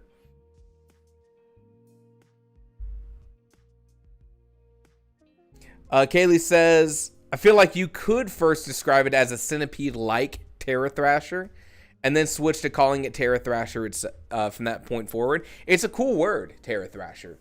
I would even say, I don't know, I'm kind of with Kaylee, and I'd like to see Terra Thrasher more than I'd like to see Centipede.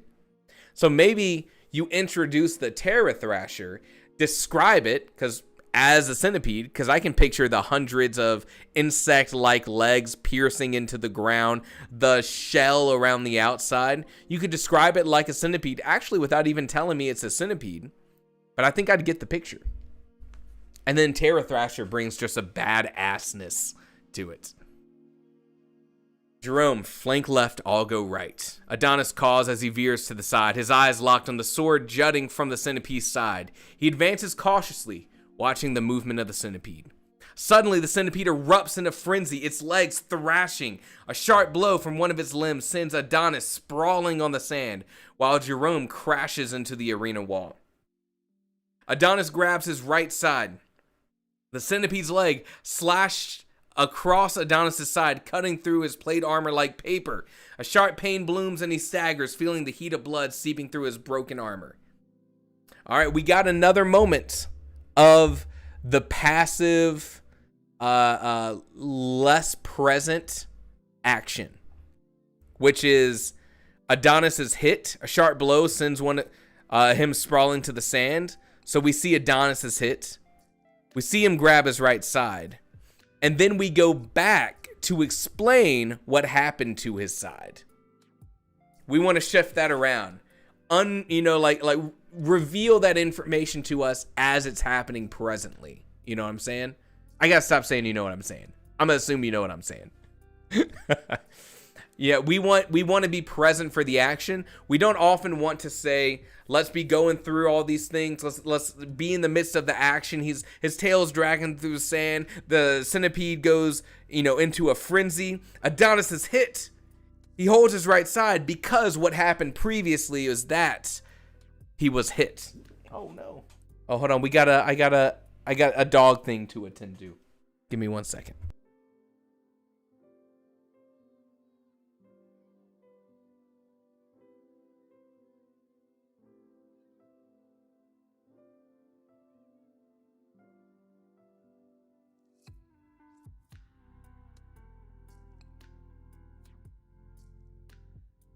We're back. Oh no. Sharp pain blooms. He staggers, feeling the heat of the blood seeping through his broken armor. We're going to wrap up this scene, and then we got to go to our next story. The centipede pivots, its many legs clawing the mud, barrels towards Devante and Roland near the entrance. Despite the blade embedded in its side, its speed is quick. Don't tell us the speed is quick. Show us. Devante, look out, Adonis shouts. Devante tries to dodge, but it's too late. He braces as the beast slams into him with crushing force, its pincer bashing the plate armor and driving into his ribs. Adonis sprints to the scene, pain surging with every step. He plunges his blade into the back half of the Terra Thrasher's segmented body, releasing a fountain of green blood. The liquid splatters on Adonis' armor, sizzling through and burning exposed scales, forcing Adonis to leave his sword and fall back, clutching his burns. Kaylee says, I will say during high-intensity scenes, it's best to use short sentences to speed up pacing. That is also what I would suggest as well. You use your sentence variety, your sentence length, to be like, you know, here's moments where we need description. Here's moments where we need action. And having short sentences back to back means that action is happening quickly. Now, I'm going to stop here. We got a couple more pages. I'm going to stop here, though. And here's why. Before you come in, Helljumper, I have to ask. This first chapter seems exciting enough to be where your reader starts. Which, with the action prologue that we get, makes me wonder, why did we not start here? Because even in this first chapter, in the brief moments that we've been in Adonis's head, we've seen him take up the sword and approach the beast. I'm getting a better sense of Adonis's character. So it makes me wonder if the place to start would be at chapter 1. Now, you could tell me the prologue is, if you read it, it'll pay off later in the story as we build up towards this moment that is in the prologue. We also get the idea that, you know, maybe there's other details in there that are going to be more prevalent later on in the story. But if we take it just with the idea that an action prologue is there to sell us on the story with a big exciting moment so that we can go into the first chapter and focus on the character and the world and the detail. The thing here is we get the action in chapter 1. So that's worth thinking about. I won't say one option is the correct option. Like I said, this is your story. But that is something to consider. Again, if it pays off later in the story, if you make it pay off later in the story, that would help sort of justify that. All in all, I will say this. All in all, Helljumper, you're building something cool. You have a fun story. You have an interesting character. Haven't yet seen as much into the character's head as I want to. But that's not always the job of the prologue. That's the job of the actual story. I like the fact that you're building up a troop of characters that seem like they're going to be pretty closely tied together. Jerome, Adonis, Devante, I can't remember. Roland is also in there. I would consider... Well, first, I will say this. Keep writing it. Keep pushing. Once you're able to comment again, let me know how far you are into the story and how long you expect it to be. In the meantime, keep working on the story. If I could give you any sort of pointers regarding the prologue and the, let's just say regarding the first chapter, is, you know, you started us off with a bang in the prologue. We don't necessarily need to start off with a bang in the first chapter, but I'm excited to get in Adonis's head because I think you have a character that's going to be pretty interesting. Helljumper, you may speak. Permission to speak granted. Is there anything you want to add, answer, any stuff you want to throw in the chat while I pull up our next story?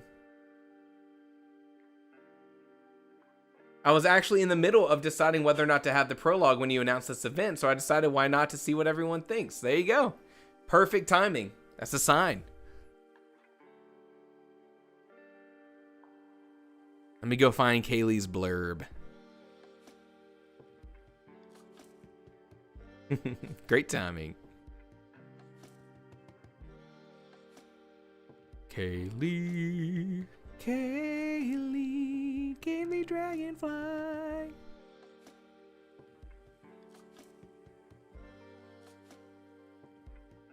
Oh, come on. Where are you? Where are you? Where's the blurb? There we go.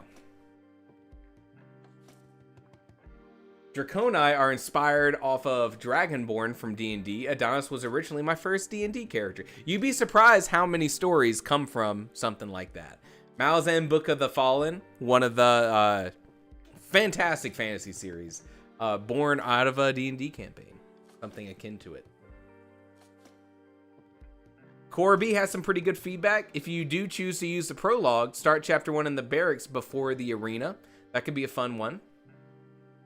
Ray also wants to hear your name sung, but maybe next time I actually hand in some of my... That's your reward. That's the reward, is singing the name.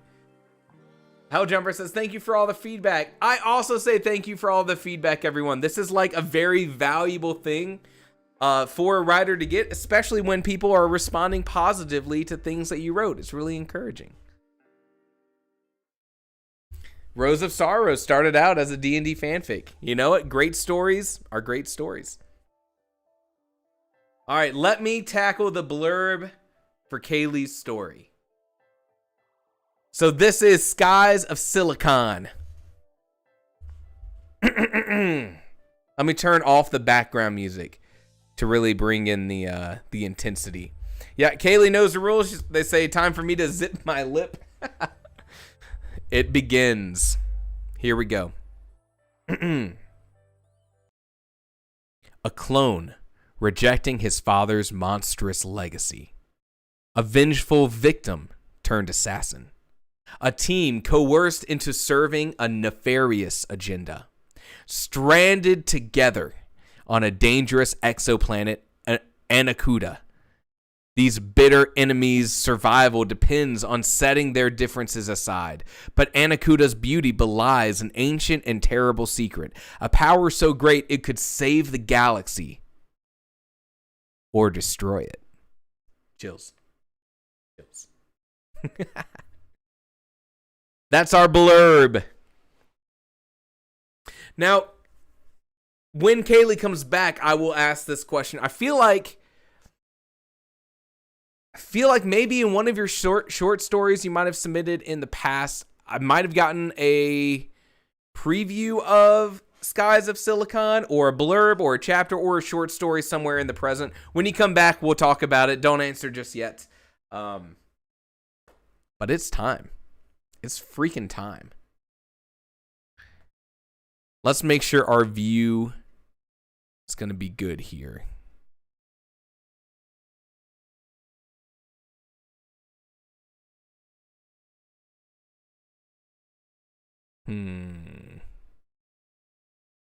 I'm going to open this in Google Docs and see if we can make it a bit bigger. I like either or comparisons. Corby, so do I. I'm also a sucker for a story about being stranded on a planet. I just love it. All right, Kaylee, you cannot fault me if I mispronounce some words here. The very first word of the story, I'm already like, oh, geez, you're really testing me here, aren't you?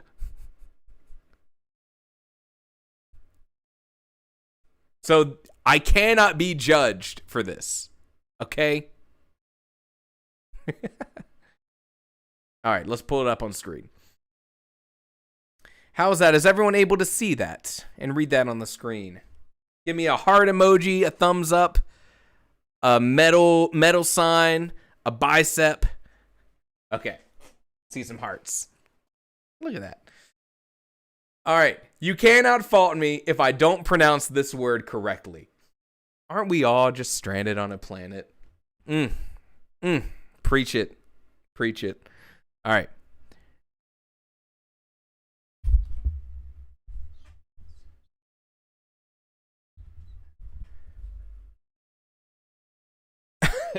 Zucerda. Zucerda, the heart of our swarm, was dying. At least that is what we hoped. The alternative was far worse. We knew what to expect in death. the endless, dark, dusty cavern of Kur, filled with starving souls beyond count. Our swarm did not know the sensation of hunger, but oh, we would eat. Killer line. Ziazur, I can't even pronounce that, Chicky. We would feast upon the dust and the dead. Banger line. We would conquer the underworld as swiftly and mercilessly as we had the realm of living. Not even the goddess Ereshkigal could stand against us. We were inevitable. We'll consider this whole thing here to be our opening paragraph. What are we thinking? What are we thinking? Opening paragraph feedback, always important. Zeusurda. What do we say? Siazudra. Siazudra. That sounds better. Siazudra. I am a fan of our opening paragraph. Love it. There's some banger lines in here, Kaylee. Starving souls. We didn't know the sensation of hunger, but oh, we would eat. That line goes hard. Feast upon the dust and the dead. Really bringing in some, really bringing in some heavy lifting lines here. 59 says, if this is sci-fi, I'm interested in how the historical mythology ties into it. Is this a historical mythology thing? Or is this a created thing? You can't answer, Kaylee. Feels like the unstoppable army about to get a reality check. Sets a very down tone. Yeah. Ereshkigal is a real goddess. Okay. I'll take things they'd say in the trailer to the movie for 200, Alex. The heart of our swarm was dying. All right. You've piqued the interest, Kaylee. You've piqued the interest. We've had two really fun and interesting stories so far. All right, let's keep going. Death held no weight against the terror of the unknown. If this was not death, but ascension, what new horror were we becoming? And what would become of the garden we had spent thousands of years cultivating? It was our masterpiece. A jewel of green and blue, dancing through the primordial seas of the cosmos. Its continents and ecosystems spiraling to match our divine geometries. The planet's flora and fauna were so diverse and strong once we reshaped them. Its people were so innocent, so forgiving despite our role in the Great Flood. We made a promise to them afterward to never let our anger cause such destruction again. Hold on, wait a second. Great Flood. A jewel of green and blue. Alright, is this Earth? Are we on Earth here? Interesting. We made a promise to them afterwards to never let our anger cause such destruction again. It was a lie. We were never angry. We simply lost control. And our unchecked power nearly destroyed the seeds we had so recently planted. And now, thousands of years later, we were losing control once more. Already, we felt disparate parts of ourself rebelling, ignoring Siuzurda's commands. Already we purged the corrupted fragments of our essence, consuming them to restore our unity. Already we knew this effort would be in vain.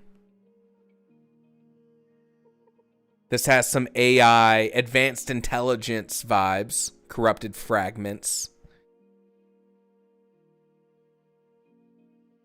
I mean, we are on a silicon planet. That's what Evil Genius says.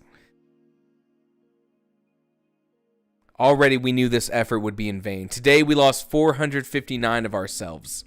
How many would we lose in a decade? In a century? What if the queens themselves turned against Siozurda, spawning corruption across the garden?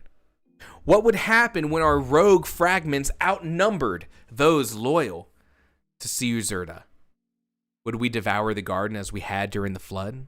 consume the earth, sea, and sky until only our swarm remained? Or would we simply stop the cultivation process, allowing our garden to wither away without our benevolence? Does anyone think the garden is humans? The seeds are people. Loving the prose so far, Kaylee. Lots of very atmospheric tone and word choices. Of course, the use of this like plural first person kind of idea when you're referring to the hive mind is always fun.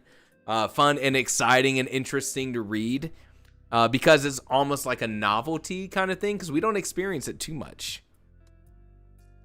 Edible Eden. The prose flows. Siuzerta was the only part of us that felt any compassion for the garden. Siuzerta alone was capable of fear, and it consumed him. Ooh, him. There was but one course of action. A new gardener had to take Siuzerta's place. We had to summon this gardener, and there was only one way we knew to draw their attention. We forged a celestial instrument from our own bodies, a vast mirror, a lens of unimaginable scale designed to focus and project our message across the void. Through it, we sang a hymn in pure light, a beacon of our despair and hope. Great line, love it. We sang of the beauty we had nurtured, of the apocalypse looming ahead. We sang to the world Siuzerta hailed from, knowing centuries would pass before anyone heard it. Us, if they ever did. Please, if anyone on earth can hear us, ayo, save our garden. Okay, interesting. Now, we're still in the prologue, but we get a scene break, essentially. Interesting. A perspective switch. Before we move on from the perspective that we're getting here in the prologue, what are your thoughts? Is there any feedback you would like to give? I think we could all say we're appreciating the prose. We're appreciating the turn of phrase. Kaylee, that's one of your strong suits for sure. Getting these lines, we could feast upon the dust and the dead. Kind of like that dark fantasy kind of vibe that we get from some stories like this. Frey says, is this a more mythical-oriented B-movie? Incorrect, Frey. It is an equally mythical-oriented B-movie. And if you didn't read the subtext of the first B-movie, then you really missed out. Sounds pretty good. Eyes emoji. I also agree, Chicky. This is how world building should be. Cora B. High praise. High praise. High praise. I like this idea. We got the gardener. We got a dying hive mind. Now, the real question is, Jay Baker says, Siudura, oh shit, it's all falling apart. Siuzudra is from Earth, but is he human? It's a good question. I guess there's only one thing we can do, is read and find out. Corby says, there's a lot packed in this without it feeling like an info dump.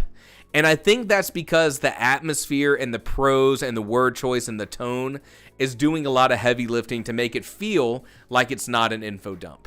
And the fact that it's told in this like collective first person kind of makes it pulls us in. All the pronouns, is that the right word? It's all we, which includes, it almost feels like it includes me as well as the reader. I'm sucked in to what this hive mind is feeling. I feel like I should be part of it. And all of those decisions make it feel less like someone's like, here's what the world is like. Here's the current state of events, right? You're adding a lot to the story through these choices. Yeah, Jay Baker says, this works to set a good stage. Problem out there, calling back to here. Yeah, definitely. Let's continue on. 7.5 hours down, half an hour to go. Jones couldn't wait to clock out. This was easily one of the dullest positions in the Solarian military. Jones had enlisted to protect her people from the scourge of those expansionist biofreaks, but where she ended up was just a glorified call center, trapped on Earth when she should have been blazing the stars. Nice, nice. Comms officers would spend their days monitoring expansionist transmissions, trying to sort out any indications of hostiles from the day-to-day chatter. There might be a single noteworthy scrap of data among tens of thousands of messages between far-flung settlements, business transactions, news reports, interplanetary spam. If Jones had to see one more hologram of a genetically modified expansionist dick, she was gonna scream. All right, all right. Let's talk about our transition from the hive mind to this. I like the contrast. I think contrast is a valuable tool as a writer to go from something like this to the fact that Jones is waiting to clock out.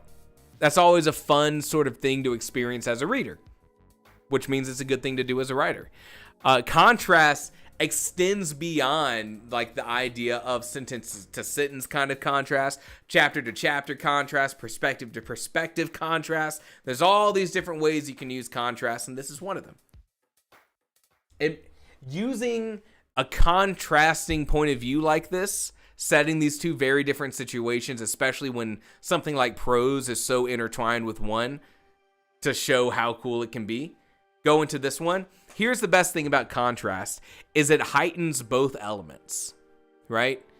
By leaning heavily into one side and then going to the other side, it makes you realize how stark the differences are between both aspects. That's a tool. That's a tool to use. Let's keep going. Also, love the use of expansionist biofreaks. It paints this separation between Jones and whoever they're up against with a little bit more depth than just saying like, we're the Imperials, they're the expansionists, and they modify their bodies, but we don't, whatever it's going to be, what that would lead to a biofreaks. It's also built into this idea that now we're getting some slang from in the world. Calling them biofreaks makes it feel a little bit more interesting.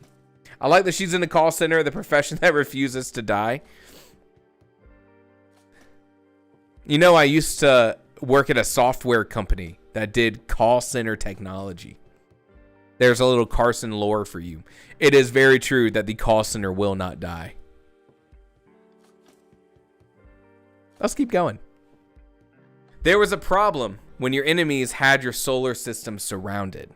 Civilian chatter made up the vast majority of the intercepted expansionist transmissions. 24 minutes.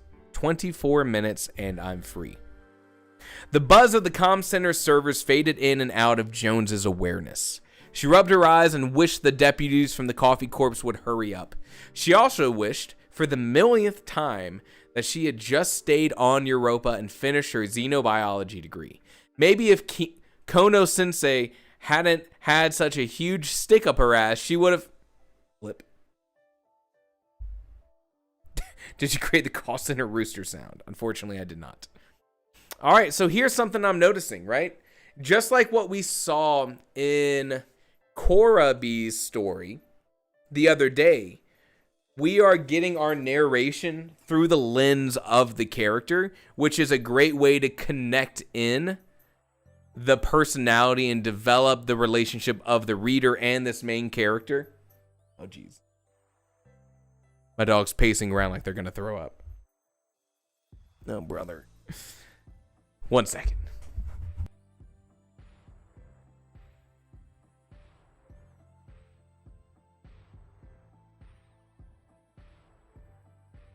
Owning dogs. In a word, chaos. All right, so Jay Baker says, which solar system was surrounded, this one or the expansionists? On my first read, I thought that they were surrounded by the expansionists. Let's do a little check here. That was the problem when your enemies had your solar system surrounded. So Jones's solar system is surrounded. Yeah, I'm also liking it so far. Yeah, you know what? When it comes to giving feedback, you know, like there's some things stand out as like, okay, here's like this element that we really want to focus on. Other things, it's like, you know, we're reading something and like maybe you could be like, well, grammatically, technically, you shouldn't use this thing, or this apostrophe should go here, or, whatever that case would be. But that's not what we're about. It's all about, like, is your story fun? Is your story engaging? Is your story interesting? Are you accomplishing what at least we think you are trying to accomplish? And so far, Kaylee, I think you are accomplishing creating an interesting and engaging opening to your story. Let's keep going. Blip.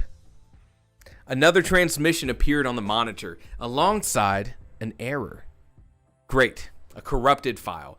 Those were unfortunately of greater interest than the non-corrupted ones. There is also always a risk that the corruption was disguised encryption. Jones ran all the standard filters. No, that wasn't working. How did this data get so corrupted? She looked at the files herself, and the problem immediately became apparent. The data stream wasn't binary, hexadecimal, or anything resembling human communication. It was something else entirely. A pattern of pulses and pauses, rhythms and resonances that felt almost alive. This wasn't just a corrupted file. This was something new, something alien. Okay. Now, my first reading, I feel like that was a little fast, but also I'm totally a proponent of let's get to the good stuff. So let's keep going. Jones shook her head. She was getting ahead of herself, jumped into conclusions. Oh, well, there you go. I'm glad Jones felt the same way. Step 1, triangulate the signal source. Jones's fingers flew across the console. She was in the Australia data center, so she connected with, you're killing me, Kaylee, Aotearoa's databanks to see the scope of the message. The Aotearoa, God dang it!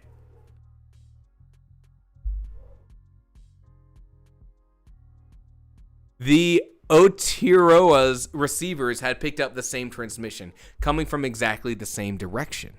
Odd. Most signals intercepted on Earth were sent from fairly close to the Sol system, but this was coming from deep space. Now, I'll stop right here for a second, because I know Kaylee said that they only submitted their prologue, but this is feeling like chapter 1. So I don't know if we've made it into chapter 1 or if we're still in the prologue.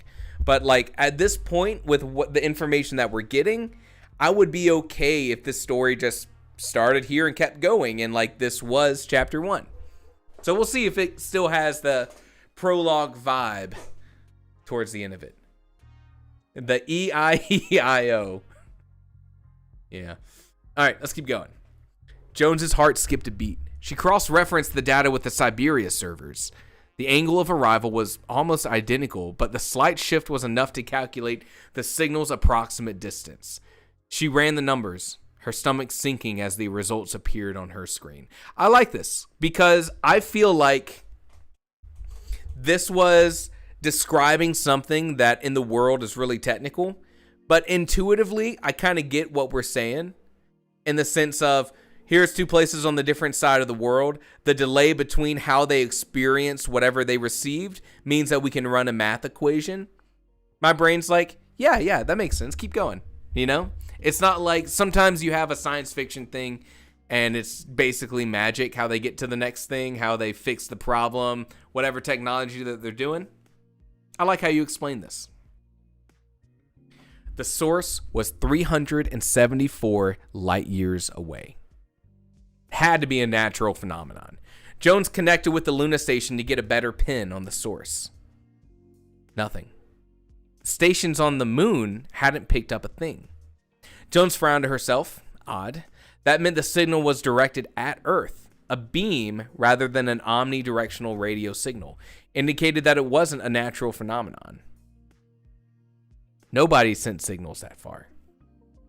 59 says, the prologue does provide interesting information. The aliens' growth has been in trouble since roughly 3000 BC. Mm-hmm. Interesting. Nobody sent signals that far. First, because it would take centuries for anyone to receive it. That was impractical as hell. Why would anyone choose to send a signal in a way that could take hundreds of years to arrive, when any FTL-capable ship could get the message across in just a couple days? FTL-capable ship. So I know that's faster than light. And I know anyone who probably picks up to read this book, it being advertised as, I know you said there's fantasy elements, but it being advertised with a lot of science fiction will probably get that. But I wonder if, because this kind of feels like some jargon, where it's like, you know it if you're in the genre. If you read sci-fi, you know what FTL means. If you played roguelites back in 2010, you know what FTL means. I'm always thinking about this, though. I'm always thinking about, is there any jargon that I use that maybe I need to introduce someone to before I can lean on it? Of course, this is just a passing thing, not a big deal. Corby says, general rule of thumb for acronyms is to spell it out the first time. I think that's a general rule of thumb for like nonfiction writing. But I don't know if that necessarily means you have to do it in fiction. Maybe if your fiction is, I feel like it can fit in like written in a journalistic manner. But whenever you kill Jog and our acronyms without destroying the flow of the story, do so without exception. Interesting. Yeah, could be. Whenever you can kill Jog, what does that mean? In our acronyms, without destroying the flow of the story, do so without exception. Had no clue I was trying to make something up, young legend.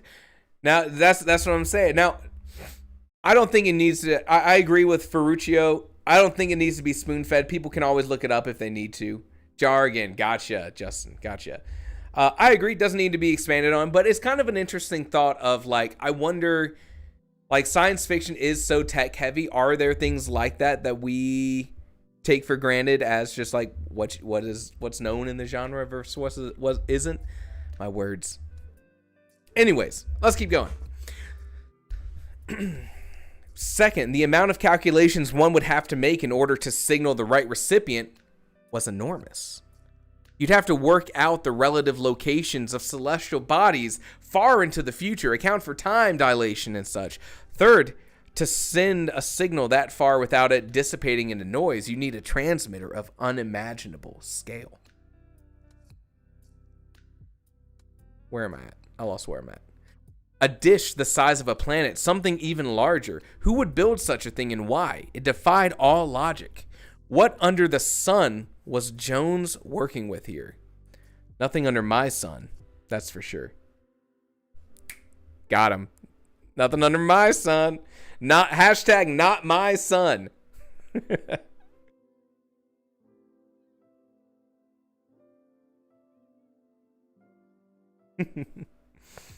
She converted the signal to digital. It made no sense. Even the frequency of the broadcast was strange. None of this corresponded with any known programming language. No words or meaning could be gleaned from it. And yet there was a rhythm to the data. It had a pulse like a beat, almost like music, slow like a hymn. You're about to tell me we're about to get Morse code? Could it be? No, it couldn't be. She tried running it through an audio program with a visualizer. Okay. Her monitor flickered, an aurora of all spectrums assaulting her eyes, and the sound, it wasn't static. It was millions of voices wailing in unison, a desperate cry Jones couldn't hope to understand, a message of desperation sung in light. That's a nice line. A message of desperation sung in light. Oh no. Oh, sun-baked hell. No. The data wasn't corrupted at all. It just wasn't formatted for human devices. All right, let's talk. Of course, Kaylee, everything you're writing here is fun to read, right? You got the prose down. We're getting some personality of this Jones character. But I am wondering,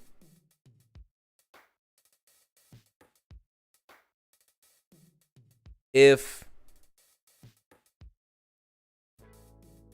all of this, which is to explain to Jones, or at least through Jones's perspective, that this is alien data, I'm wondering if the pace can be picked up a little bit. Of course, it's fun to read, and science fiction as a genre kind of welcomes this sort of, I think you're doing a really great job at showcasing the technical in a way that's easy to digest. But here's the thing. Because we just got all of this other text up here about sending this message, I'm reading this and I'm enjoying it, but I already know the answer. You know what I mean? I'm reading, okay, the signals, it's not from Earth, got it. Skipped a beat, okay, we use the Siberia servers. It's a long ways away. It had to be a natural phenomenon. It's not a natural phenomenon. Like, I'm getting all of this, but technically as the reader, I do already know the answer to this. So I'm kind of wondering if there's a way to get us to the answer a little bit faster. And that's tough because we want to showcase that Jones has to work for this. But now we have the idea of, you can kind of explore this in two different ways. If we are still in the prologue, then this can be your introduction to the reader, a promise that they're going to experience more technical concepts explained in your unique style and your unique approachable style of explaining it. And as a sci-fi genre, people love that. Or maybe we need to get to what's going to happen next. Because while I had a good time reading this, like I said, I think I already know the answer because of what we read before. Something to consider. Not saying one way's the right way, but something to consider. Because this was, 2.5 pages of us saying, hey, this signal is not human. But I already know it's not human. Can't wait to hear your thoughts later. All right, let's keep going. Jones pinged her supervisor. A tiny hologram of his face blinked slowly at her from the space above her watch. I like it. The coffee deputies are restocking, he said as a greeting. Williams sounded almost as tired as Jones felt 5 minutes ago. You should have a fresh cuppa just in time to clock out. For once, this wasn't about the coffee being late. Call the Solarian High Council, Jones whispered into her receiver. I found something. Something big. So help me, Jonesy. So help me, Jonesy. If this is another Dick hologram, aliens. Jones forwarded the data to him. The line went silent for a moment. Jonesy, we've been through this. The only intelligent life outside the Sol system is what humans brought there ourselves. If something else were out there, we'd have found evidence of it by now. This kind of wishful thinking is... Williams's expression froze. Jones could hear the clicking as he opened up the data packet. Oh, what the hell is that? Sun above, this is... You hear my dogs? Give me 1 second.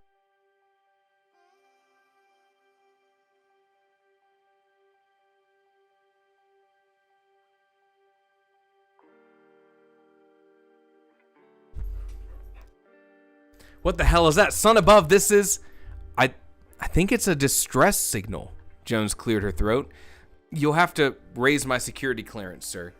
And tell the coffee deputies to get you an entire pot. Buckle in, Jones. This is going to be the longest shift of your career. That's pretty funny. The creases in Williams' forehead grew deeper with each passing moment as he ran his own analysis. Scorch it all. I really am going to have to take this to the High Council. Fun exchange. If this was a distress signal, it was ancient. It was probably too late to help whatever sent it. Then again, whatever sent it would have known it'd take centuries for the message to get through.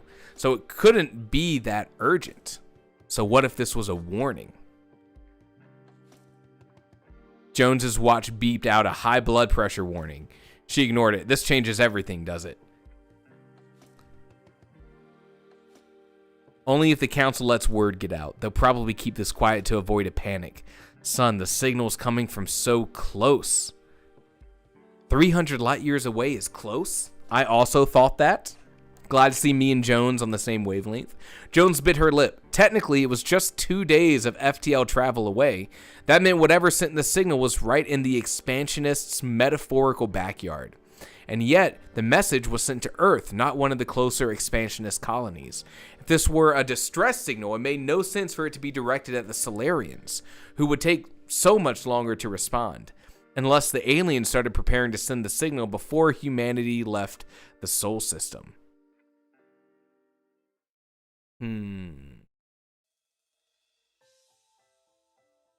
Jones is good at getting right to the point. They're sharp. They're sharp. I really should have finished that xenobiology degree. Hey, all right.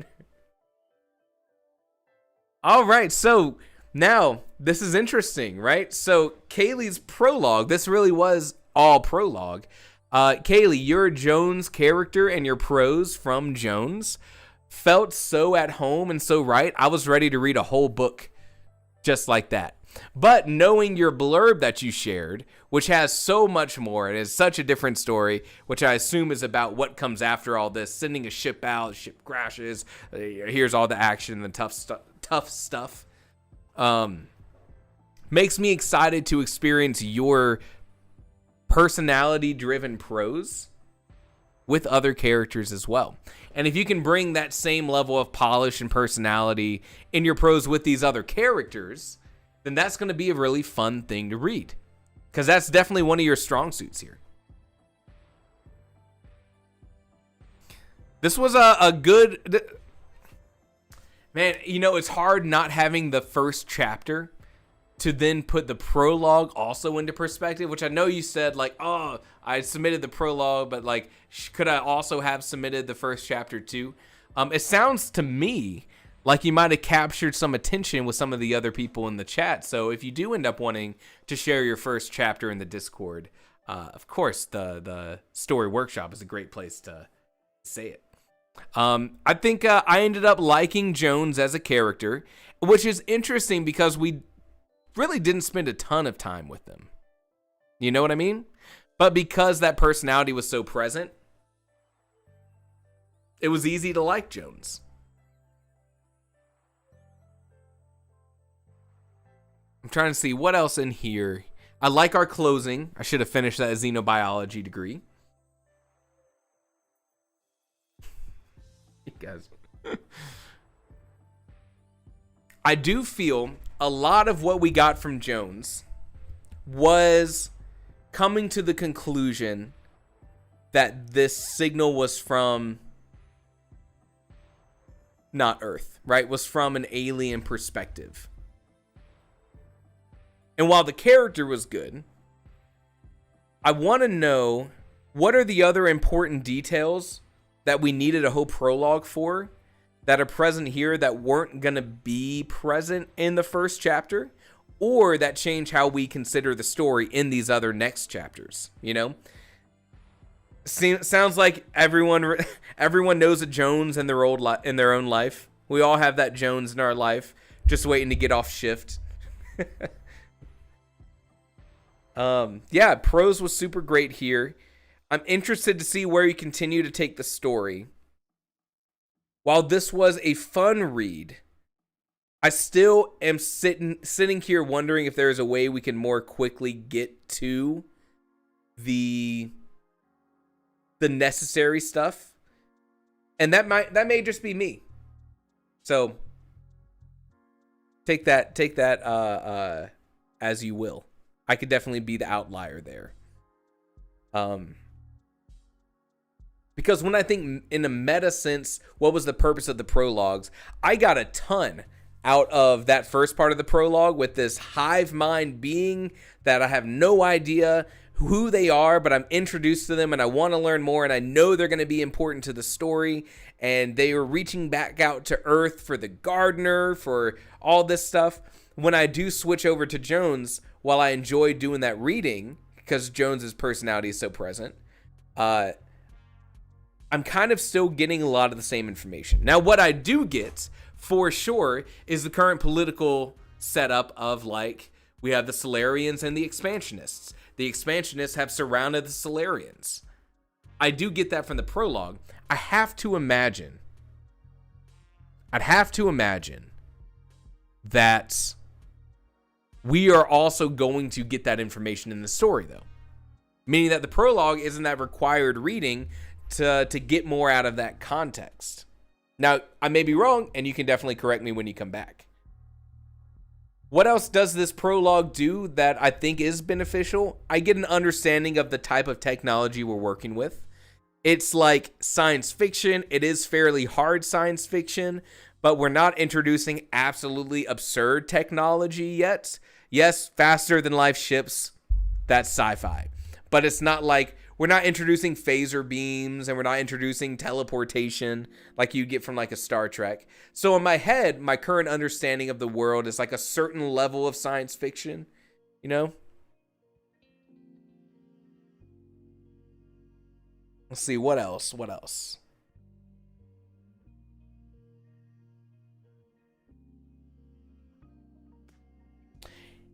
I think with all of that being said, I would probably sum up my thoughts on this prologue as enjoyable.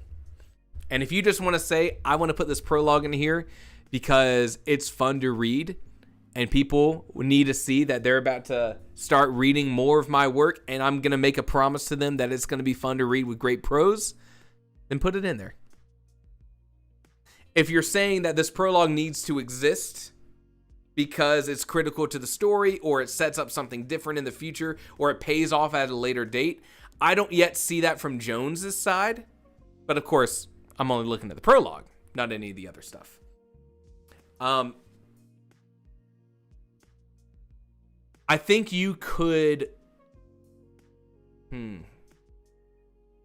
Actually, I'm not sure. I was going to say, I wonder if there's certain information we can work into this part of Jones's prologue that's going to have major importance later on, or sort of justify reading these, 6 or 7 pages of Jones's perspective beyond that, like, it was a fun read.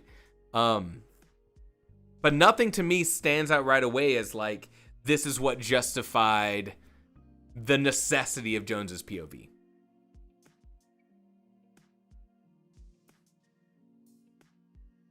But like I said, if you just want to say, hey, here's a prologue, I wrote it, it's fun to read, and you're going to get more of this if you stick with my story, boom, you done it.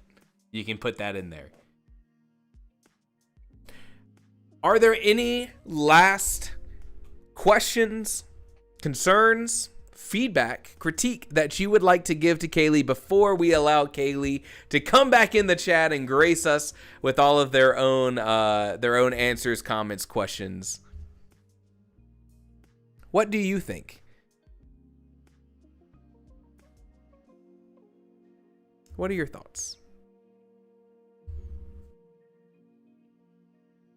Take a bow, Kaylee. That was brilliant. You know what? That seems like a great time to bring Kaylee back on in. Kaylee, come out here.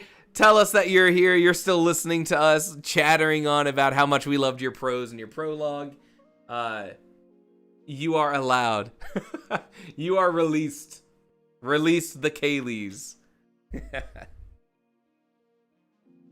Jay Baker says, Wednesday hitting the market.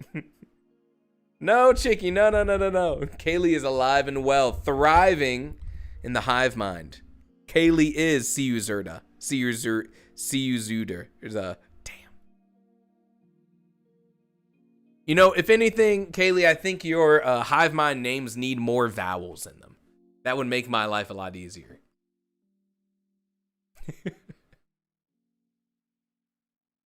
Jones is not the POV character, which I think if we had the next chapter, we would have picked up on that ourselves. I'm actually considering removing the entire Jones section. Now, Kaylee, I want to ask, why do you think, why are you considering removing it? The Epic of Gilgamesh. Zeusudra. That's what I've been saying, right? We're all in agreement. That's how I pronounced it. Bora says, don't remove it. It's definitely fun to read. I feel like Kayla's going to get dinged with the word count limit in the YouTube YouTube live chat. Oh, Jumper says, really love the story. Hooked on the first part. I love the juxtaposition. Yeah, definitely. The juxtaposition, the contrast was great. Very good point. I'm considering removing it because the information is mostly redundant from the swarm section or world building that happens later in the chapters. All right. So it sounds, you see where I'm coming from when I was giving that. I was hoping I wasn't out of line in making those sort of comments on the prologue, because I'm sort of in agreement with you. But we also said, I liked, I think it might have been Cora who said it, which was something being a fun read carries a lot of weight. Sometimes that can be enough to justify it.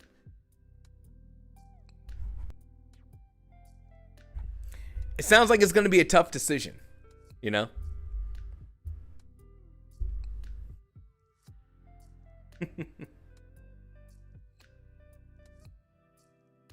I definitely think I think we're all in agreement. The hive mind, the AI, the hive mind. I think that's right. That section definitely sticks. Like that was a great one. Something to keep in there. And the name Ontario is actually New Zealand. Nice.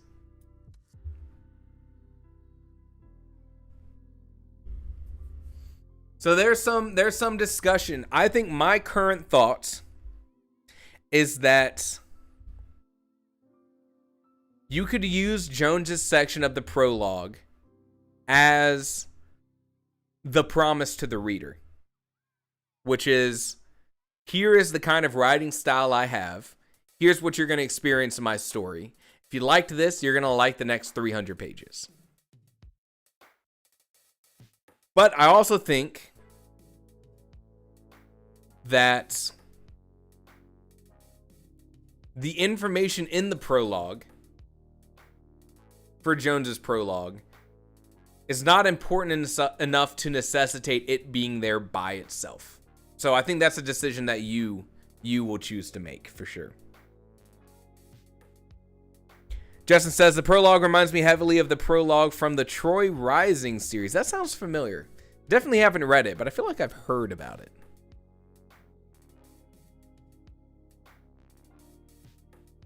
Kaylee says, fun fact, I didn't invent any new names for the prologue except Solarians and Expansionists. Hey, nice.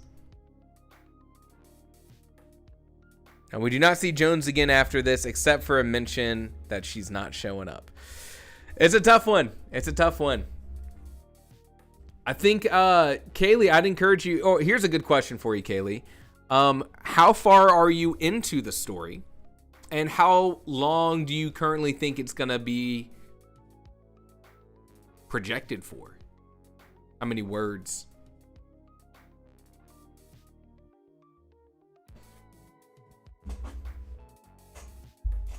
I think the fact that Jones never comes up again kind of makes reading that part of the prologue more of like reading for a pastime. You know what I'm saying? Reading for enjoyment, not so much the information in there is going to be critical for what's happening next. Which, here's the thing. I'll be the one to say it. No one else wants to say it. I think this is kind of like the whole idea of the mindset of Kill Your Darlings, is that there's something to be said for the more streamlined story. You know what I'm saying? I gotta stop saying that. Going to be projected around 120K. If it doesn't fit, it doesn't fit. I would argue that this could go either way, also because science fiction, especially science fiction in sort of like a more adventurous science fiction. I think the way that you approach technical concepts was really good. Makes it an approachable science fiction story. Does allow for you to be a little bit more verbose and allow to explore more kinds of things like this. If you do want to have a section that, like, yeah, we know it's not going to be critical to the rest of the story, but it's a good read. Science fiction does allow that more so than, like, the pulp fiction thriller. You know what I'm saying? God damn it.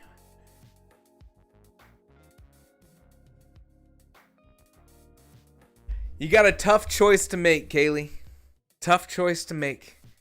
You and Hell Jumper both great prologues, a great topic of conversation about the prologues, and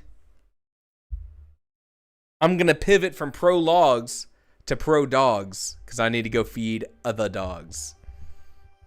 Jay Baker says, if the rest of this is written this well, you are well on your way. That's some high praise. Very nice. Very nice. Ferruccio seconds that. We have one more live stream tomorrow. We are looking at a couple different stories. Tomorrow we are looking at some science fiction and fantasy stories, and we're going to talk specifically about first chapters in these genres, as opposed to first chapters just in fiction or mystery or thrillers or other novels, because genre does carry so much weight. I picked these 3 stories because I thought that they also are going to be doing a lot of world building early on in the story, and we're going to talk about more of the idea of read and find out. What do you tell your reader right away versus what do you just say and choose to expand on later when they do need to know more details? How do we keep that first chapter streamlined and relevant is maybe the right word. We have Brain Hopper by Creation Before Disintegration. We have, I think the story's called ICC Ninlil by Chicky. And What Would Janus Do by Day Swallower.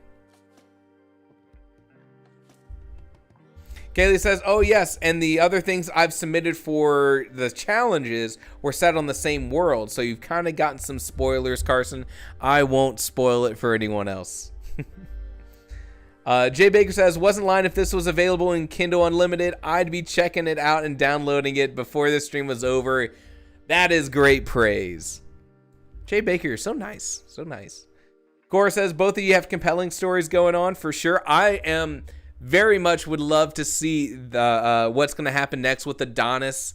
And of course, the Dragonborn inspired fantasy is always cool. Always fun. Chicky says, oh no, now I remember I'll have if I'll have too much info dumping. Well, you know what? The good thing is it'll at least be a great point of conversation. So that's what we got tomorrow. Same time slot. I hope to see you here. Even if your story's already been spoken about, we'll have a couple different sort of conversations about different aspects of stories. And it doesn't just relate to science fiction and fantasy if you don't write in those genres. But just the idea of trusting the reader and also trusting yourself to not have to put everything on the page right away. So if that sounds interesting to you, I'd love to see you there tomorrow. I'm going to go feed the dogs, and I hope you have a great rest of the night. Thank you, everyone, for joining in. People who had their stories here today, if you want to share more, go put them in the story workshop.